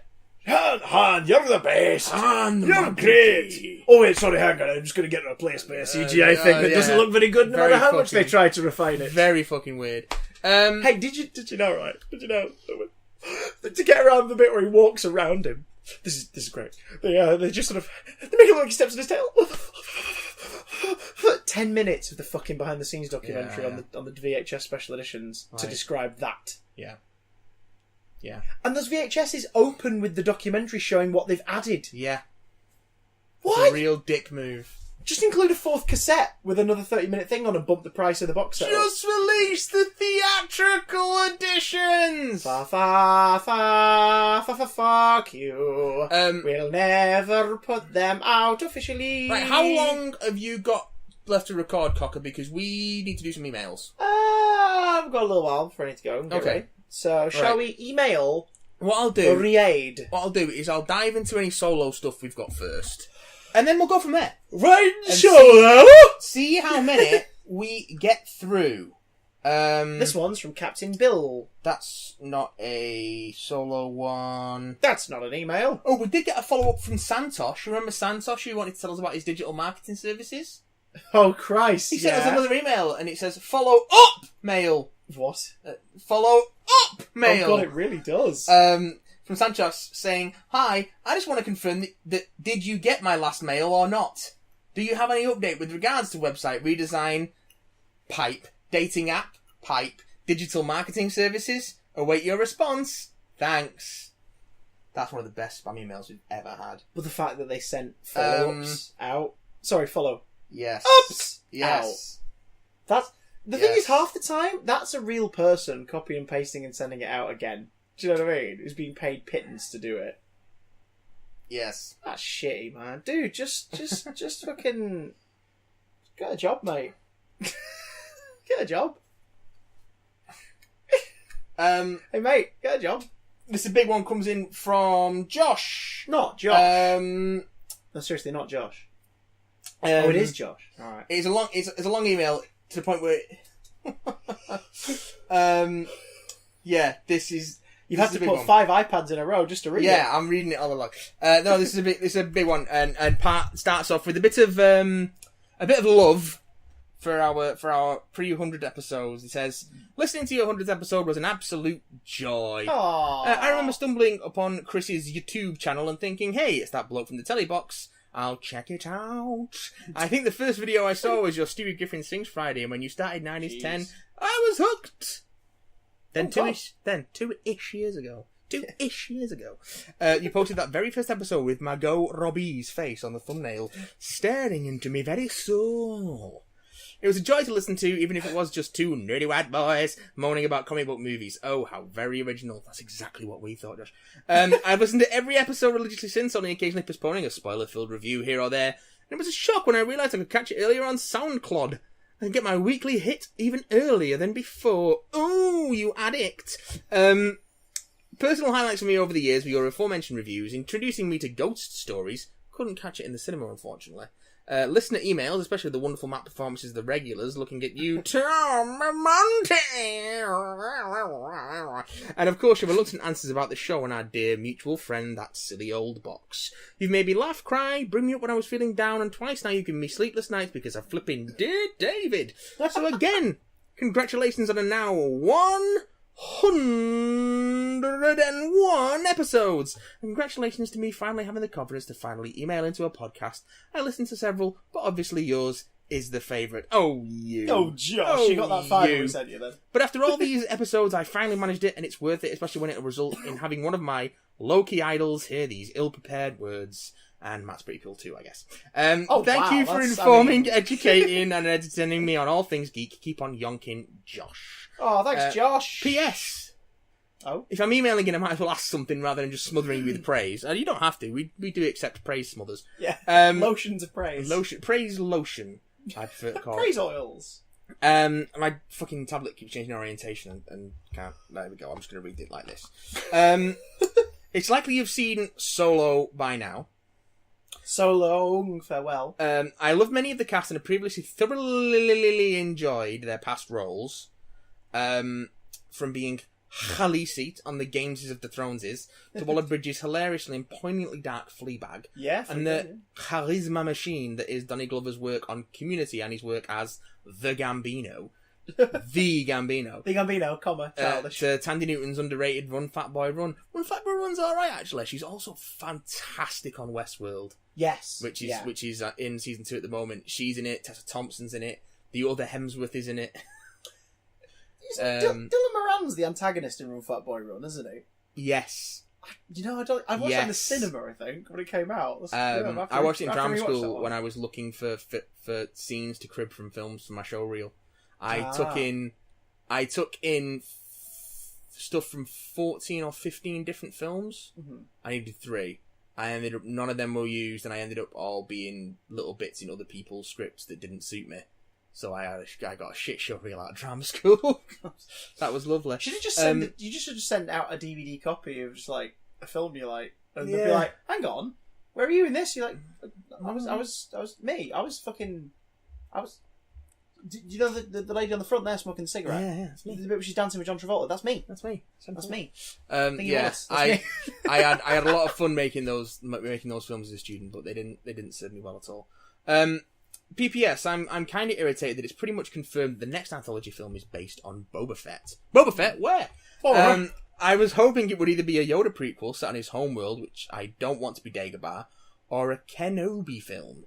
Do it now, Lucasfilm, before Ewan McGregor gets too old.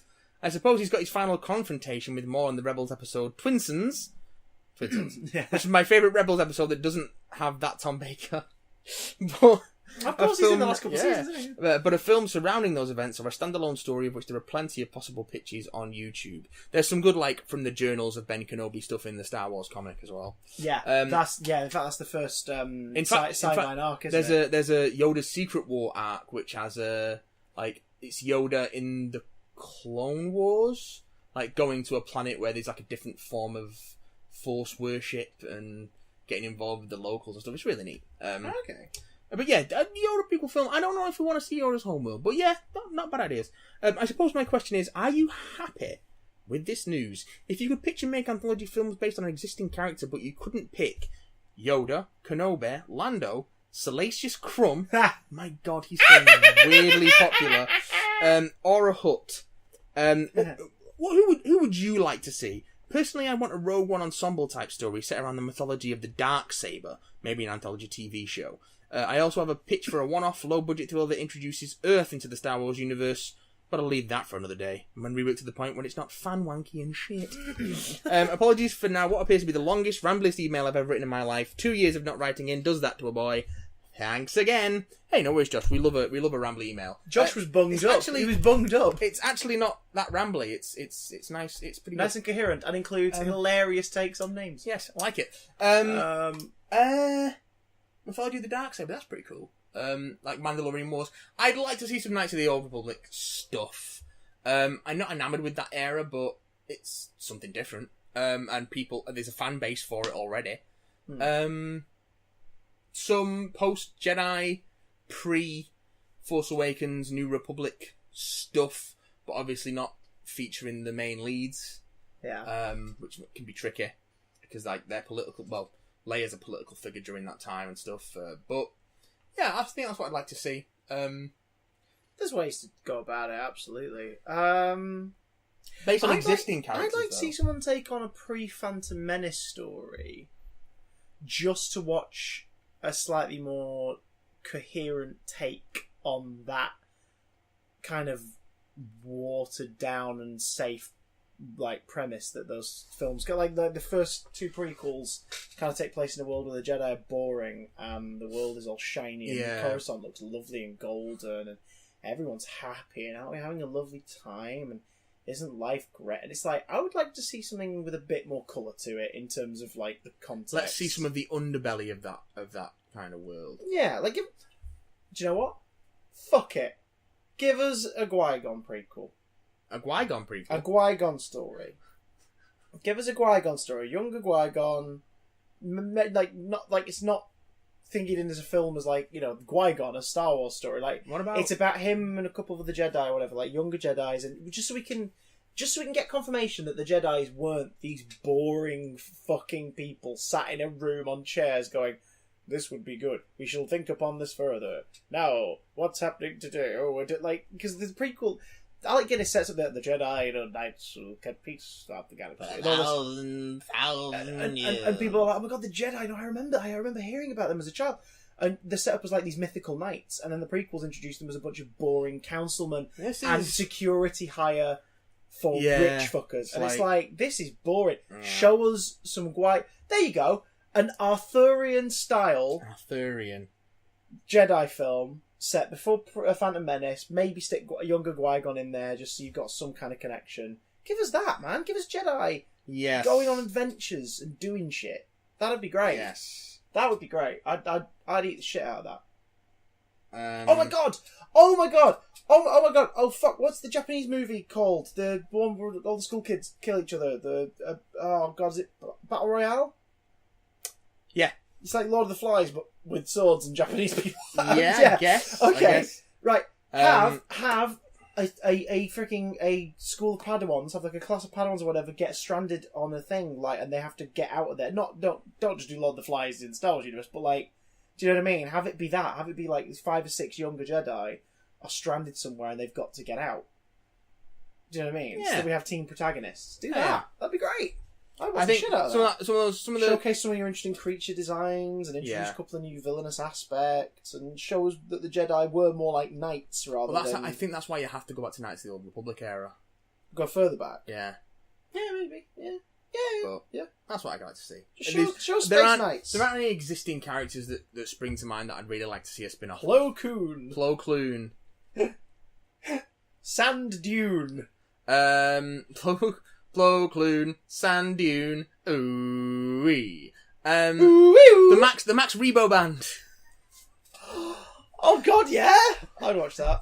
It's Blues Brothers, but with the Max Rebo Band. I would watch that with no sense of irony. Give a film to the 2 club singers in Solo.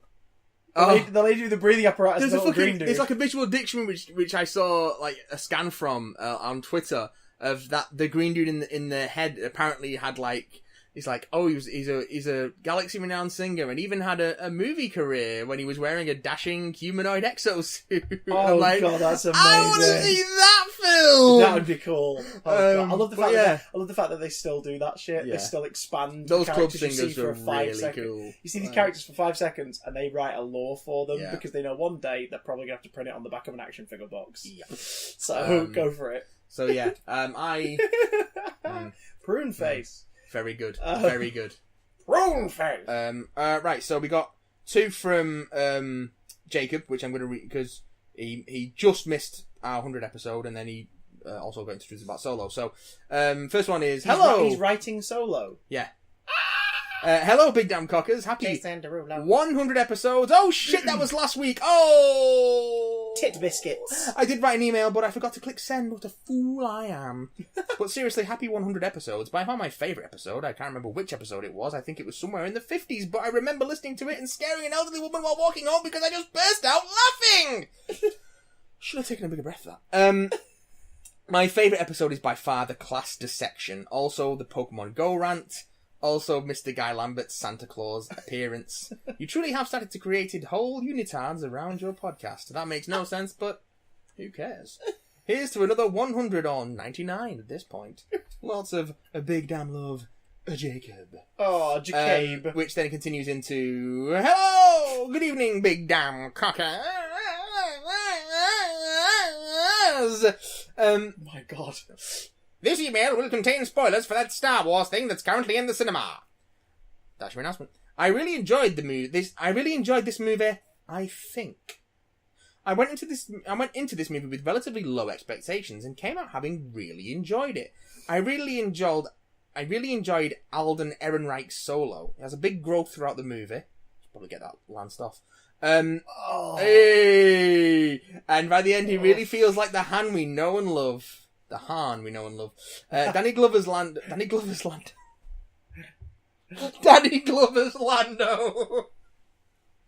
That is a Donald Glover's Lando. He's too old for this shit. It's interesting. I really He's too old for this shit. I really don't know how I feel about him. I'm really lost for words, which rarely ever happens. My loss for words isn't a bad thing, but it isn't a good thing either. One thing I did like was the Darth Maul cameo with his robot legs and his cool voice. I did enjoy the fan wankiness of that scene. I don't really have anything else to say about Solo, except it's a mediocre addition to the Star Wars Unitard. You know what I really did like about Lando? Mm? The way that he's making dramatic audio diaries of his own adventures. That was That great. was so cool! That was fucking great. The Calrissian Chronicles, Volume 5. Well, one day he's in charge of an entire freaking city, so he's got to obviously become prolific enough that those people are like, yeah, you should totally look after us. And also, everything you've heard about me is true. So, he's just It's funny, because all I've heard fucking about you, slick. I've heard in the last 30 seconds from this lady who's basically implying that she's probably slept with you at some point. That's kind of it, really. Everything you've heard about him is true. You're handsome and you wear a cape. Too many capes. A man has too many capes. You know the outfit he was wearing in the last scene? The Hawaiian shirt sort of get up. It was weird because I was looking at it, I turned to Luna and went, that ensemble is horrific, and yet he's pulling it off. You know why? So well. Because he's Lando Calrissian. He's fucking Lando Calrissian. I've been listening recently to the commentaries on the Doctor Who Series 2 to 4 DVDs for the first time, which are great. Which is your favourite Doctor Who commentary from those DVDs? You know, I don't really watch a lot of commentaries on TV stuff. I only really watch commentaries on movies that I have a particular interest in the production of. Yeah, I bought the American Blu-ray of Avengers because it was the only way to get the commentary at that point. I wanted to hear the commentary for that film. I could go back to that. I could give him a listen. But I don't listen to a lot of TV stuff. I don't believe it's every episode. It might have been for the first 4 series, the Russell era. I know the Moffat era. It's sort of like 2 or 3 episodes in each box set have a commentary. Yeah. I'm gonna cheat a bit. My favourite one of those commentaries from those years was recorded during the specials, Series 4 / the specials production. Yeah. But it isn't on the classic DVDs. It's on the 5 Doctors special edition. It's an Easter egg. And it's an audio commentary with Phil Collinson and David Tennant. And knowing that it was recorded around the time that they knew that they were wrapping up, you can hear stuff in what they're saying that makes no sense at the time. But also it's just interesting to hear, like, you know, one of the exec producers of the revamp of the show and arguably the modern show's biggest star fan wank over the 5 Doctors. Like, they love it. And it's just an Easter egg on the disc. That's awesome. Didn't they do picture-in-picture commentaries for those early revivals? Some of them not on the DVDs. I think it was on iPlayer. Yeah, because they used to do it on iPlayer. Do you remember? You could rewatch it on iPlayer with the commentary as an option. And it would be in the corner of the screen. Stuff, yeah, oh god. That was weird. And then they stopped doing it in the Moffat era. It was like, oh. Right, the rest of these are fairly brief, so we might be able to blow through these. How long you got? I can give you another 5-10 minutes. Alright, we'll do a couple. Before I take my pants off. If we don't get to him this week, then we'll nip to him next week. We'll try. I've got work, basically. This one comes in from George with the title, "Yeah, I can hear you, Clem Fandango. Where's that other prick?" Love it. Greetings, Burger Diamond Conversations. Wow. I thought I'd give you... Have we become the VFD of podcasts? So. I thought I'd give you a short email this week after my appallingly long one last week. Oh, madam! So in favour of keeping it short and sweet this week, all I'd simply like to know is, what do you think of the news of Danny Boyle directing the next Bond movie? Sure, why not? Yeah, I mean, it's one of those where when they finally announced it, it was like, wait, this hasn't already happened? Yeah. Like, it feels like this should have already have happened.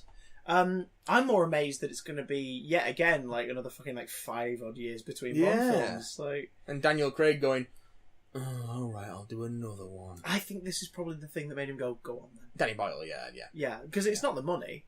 It's not the money. The money's not been a thing. He's turned down contract after contract for these movies. It's not the money. It's not about money for him. It's got money. It's not that he doesn't want money. It's that isn't what interests him.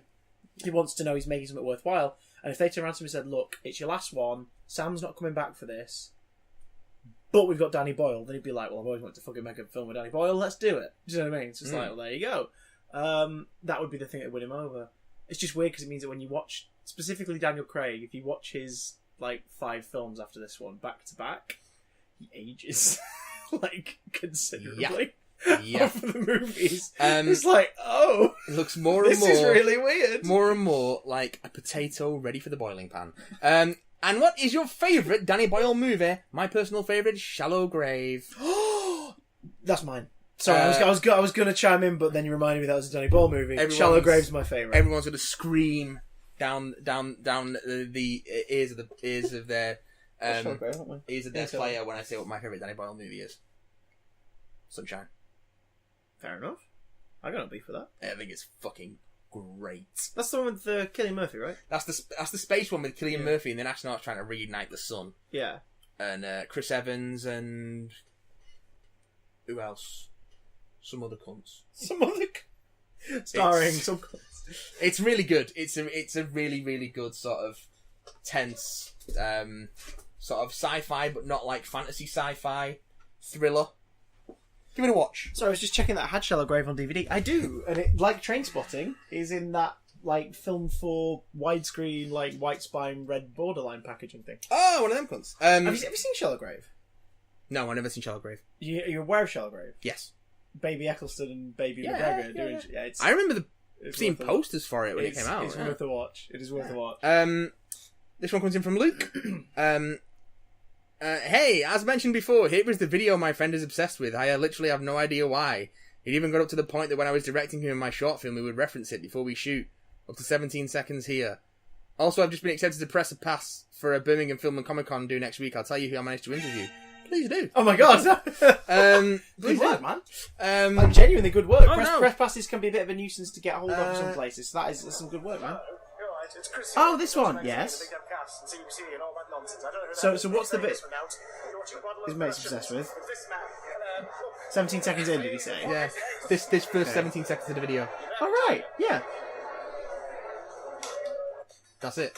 Yeah, I recall that. So hang on, so your mate's obsessed with the intro that we recorded? Yeah, he said that. Okay. I mean, he still needs help. Yeah, He still needs medical help. Well, he needs professional help. Anyone who's obsessed with what. Did I just sing some lines from Crazy Chick from Charlotte Church's brief foray into pop music? Yes. Right, let's get this last one out of the way. We're gonna make this the last one. We have got one more, but it's you make me go. This is from Harry. I just can't help myself. Son of a Draper. Shut up! Why do I remember that? Why the fuck do I remember Charlotte I'm just going to ignore Churches? Chris and talk over him. Happy 100th episode, Big Damn Cast, you scamps. What's that? I'm late. Ah, damn, they won't need the martinis and chilled champagne then. Champagne, I know how it's said. Or the crumpets are, oh, madam, too scandalous to say. Right, gotcha, fashionably late as ever, we're wearing Spider-Man onesie. Ahem. Anyway, well done, lads. Thanks for sticking around. You're one of the last threads of sanity in a very unravelled scarf of reality. We're considered sane? Speaking of sanity, this might be cheeky of me, but I'll take the plunge and bite the bullet and whatnot. You may have discussed this already, of a sort, but just in case, have you heard Big Finish's announcement that they will be producing class audios featuring Sophie Aldred as Ace and the Daleks? Yes. Yeah. I know. You may have listened to the opening of this podcast and realised that we have all this news. I think having to weave Ace into the narrative of this new box set is in itself indicative of the show's lack of a strong tie-in to Doctor Who. But I'm actually more wary of featuring the Daleks. I love Big Finish. I love the Daleks. But I'm fatigued. The Pepper Potts are too dominant in their releases at the moment. I'm revisiting the 8th Doctor and Lucy Miller series in the early Big Finish catalogue because I'm finding the new series license releases to be very oversaturated. It's like being given a great big box of chocolates, but I'm all stuffed, like a tea cake.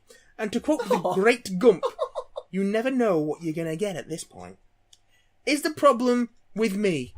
Am I just being a stuck in the mud, refusing to keep up with the times, wanting to remain entrenched in the past? Or do I have a point? Preempting an existential crisis, is there a point to any of this? To anything of life at all anymore, or to begin with? No.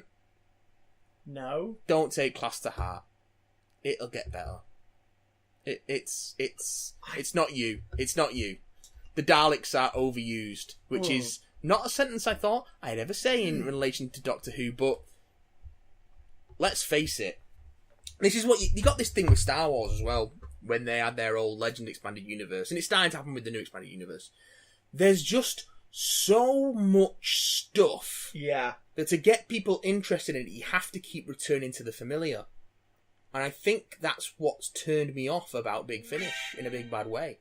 Like, just the sheer amount of stuff in it. I think as a business model for themselves, it's definitely obviously something that works, and it keeps a lot of actors, writers, directors, editors employed. Yeah. And that's great. And that is good. That is good. And there's certainly an audience for it. But it's the same actors and the same writers, so it all sounds the same. Yeah. I think the best thing Big Finish could do, really, is in terms of their Doctor Who releases, or Doctor Who related releases, so Bernie Summerfield, not so much Jago and Lightfoot, because I believe that's coming to an end now for obvious reasons. Yeah. Although that's not stopped them before from carrying on stuff. Well, Doctor Who should be limited to one release a month. They should have 12 releases of a Doctor Who related product a month. that's how it was originally, wasn't it? Yeah, but I mean, like, they can still do their other stuff, Dark Shadows, Prisoner, and all that sort of stuff. But they need to make it just like, right, January you're getting a brand new box set. So that's how you make your money. You do the Moles box sets. A brand new box set of Fifth Doctor Adventures. Here's 4 Fifth Doctor Adventures, brand new one. There you go. February, here's a brand new Bernice Summerfield box set. March, here's a brand new Doctor Who Unbound or something like that. April, 6 Doctor. Do you know what I mean? Throughout the year, just scatter stuff. Scatter it. Yeah. Because as it stands now, it's like, we've got a 10th Doctor box set, and now we've got a friggin' 9th Doctor Chronicles, and now Jake Dubman is playing the 11th Doctor, and an 11th Doctor, Companion Chronicle Adventures, and we've got the new Companion Chronicles for the first Doctor, and the River Song box set 7, I've gone Jake on cross-eyed. Lightfoot box set 17, and it's just like, oh! even if you enjoy all of that stuff, they are asking so much of you to keep up with it financially. Yeah. Like, because I think a membership to the website grants you a certain amount of things a month, / like a discount on, other things. Honestly, I really haven't been following Big Finish stuff for about 15 years at this point. Well, that's what I'm saying. Like, it used to feel like a treat. Like, the only series I followed the first 2 series of the 8th Doctor and Lucy Miller. Yeah, and that was great. I'd listen to one, I'd love it. And then I'd go and have a look out for the next one next time I was in Planet. Oh, look, there it is, $4.99. Great. Bought audio adventure. Love it. Fantastic. And they need to be cheaper. Yeah. They need to be cheaper because I think people, it's almost like you're enjoying them that much, but even now you're asking us, should I really be putting up, with these? Should I be following it? What's wrong with me? Nothing's wrong with you. There's a small voice in the back of your head going, this is expensive. Yeah. Is it worth my time? This is too much. So if they did a box set a month, 12 box sets a year, even if they were £40 a box set, that's more manageable. £40 for 4 audio dramas that are fresh that month, and that's how much they cost on release, and it's a lovely box, and you get 4 CDs in the box. Great, fair enough. Yes, it's an expensive hobby, but if that's your drug, if that's your poison, one of those every month, brilliant. And it's an audio adventure that you can listen to again and again. There's just oversaturation. I mean, for Christ's sake, Derek Jacobi's now played The War Master in 5 different box sets. Yeah. Why? Why is this a thing? Because actors, and I've full disclosure, I've done a couple Big Finishes, and it's lovely to work on. It's a great environment. It's I imagine it is. Yeah. And obviously for the actors, like your Lala Wards, your Lisa Bowmans, and Nick Briggs, and all these guys, it's like, oh, I know that for 2 weeks of the month or whatever, I'm going to go to the studio, have a lovely time with mates, make some audios that I really believe in, I enjoy doing. That's great. As an actor, that's wonderful. The idea of continuously telling stories, every other week, that's fantastic. But you are going around in circles when it is the same... No, not so much. The same actors is a problem as well, but the same writers is a big problem too. And that's not to take a dump on the guys who write for them. No, absolutely not. But you're not going to get fresh voices if everyone's doing everything. You're not going to get fresh voices if Nick Briggs is writing, directing, starring, writing the theme tune, singing the theme tune, cleaning, fluffing, best boy in, wiping up the stains, you know. That being said, if they'd like to hire us for Jago and Lightfoot the prequel, we will happily grow our facial hair for a one-off photo that will then be the photoshopped into 1,000 covers for all of the covers. All of the covers. Let's retire. Let's not. Oh, let's just not. Let's just not. Let's just not do that. We'll be back. Will we? Next week. Thank you for listening, everyone. As always, get in touch with us at Big Damn Cast on Twitter, bigdamncontact@gmail.com on the old email. Send us your thoughts about Solo, A Star Wars Story. Is Jurassic World out next week? Jurassic World's out on the 6th of June, so pretty damn soon. Yeah, next week, during the week. We might miss the deadline. I think we'll miss it, yeah. So, do you know what then? I announce it here and now. Next week, let's do a Jurassic Park /World episode. I'll watch Jurassic Park again. I will happily watch Jurassic Park again, and then I will semi-reluctantly watch Lost World again, and I will get drunk and watch Jurassic Park 3 again. And then I'll watch Jurassic World while doing the ironing. Once I get the internet up and running at my new place, I'll marathon them while I'm unpacking. Let's talk Jurassic Park next week. Let's talk Jurassic Park. Let's fucking do it. Matt, let's fucking... That means we're going to have 2 thumbnails in a row with a dinosaur in it, and that ain't no bad thing. Rawr. Ladies and gents... BigDumbContact@gmail.com, BigDumbCast on Twitter, twitch.tv/BigDumbStream. We'll see you later. Rawr. Oh, T-Rex.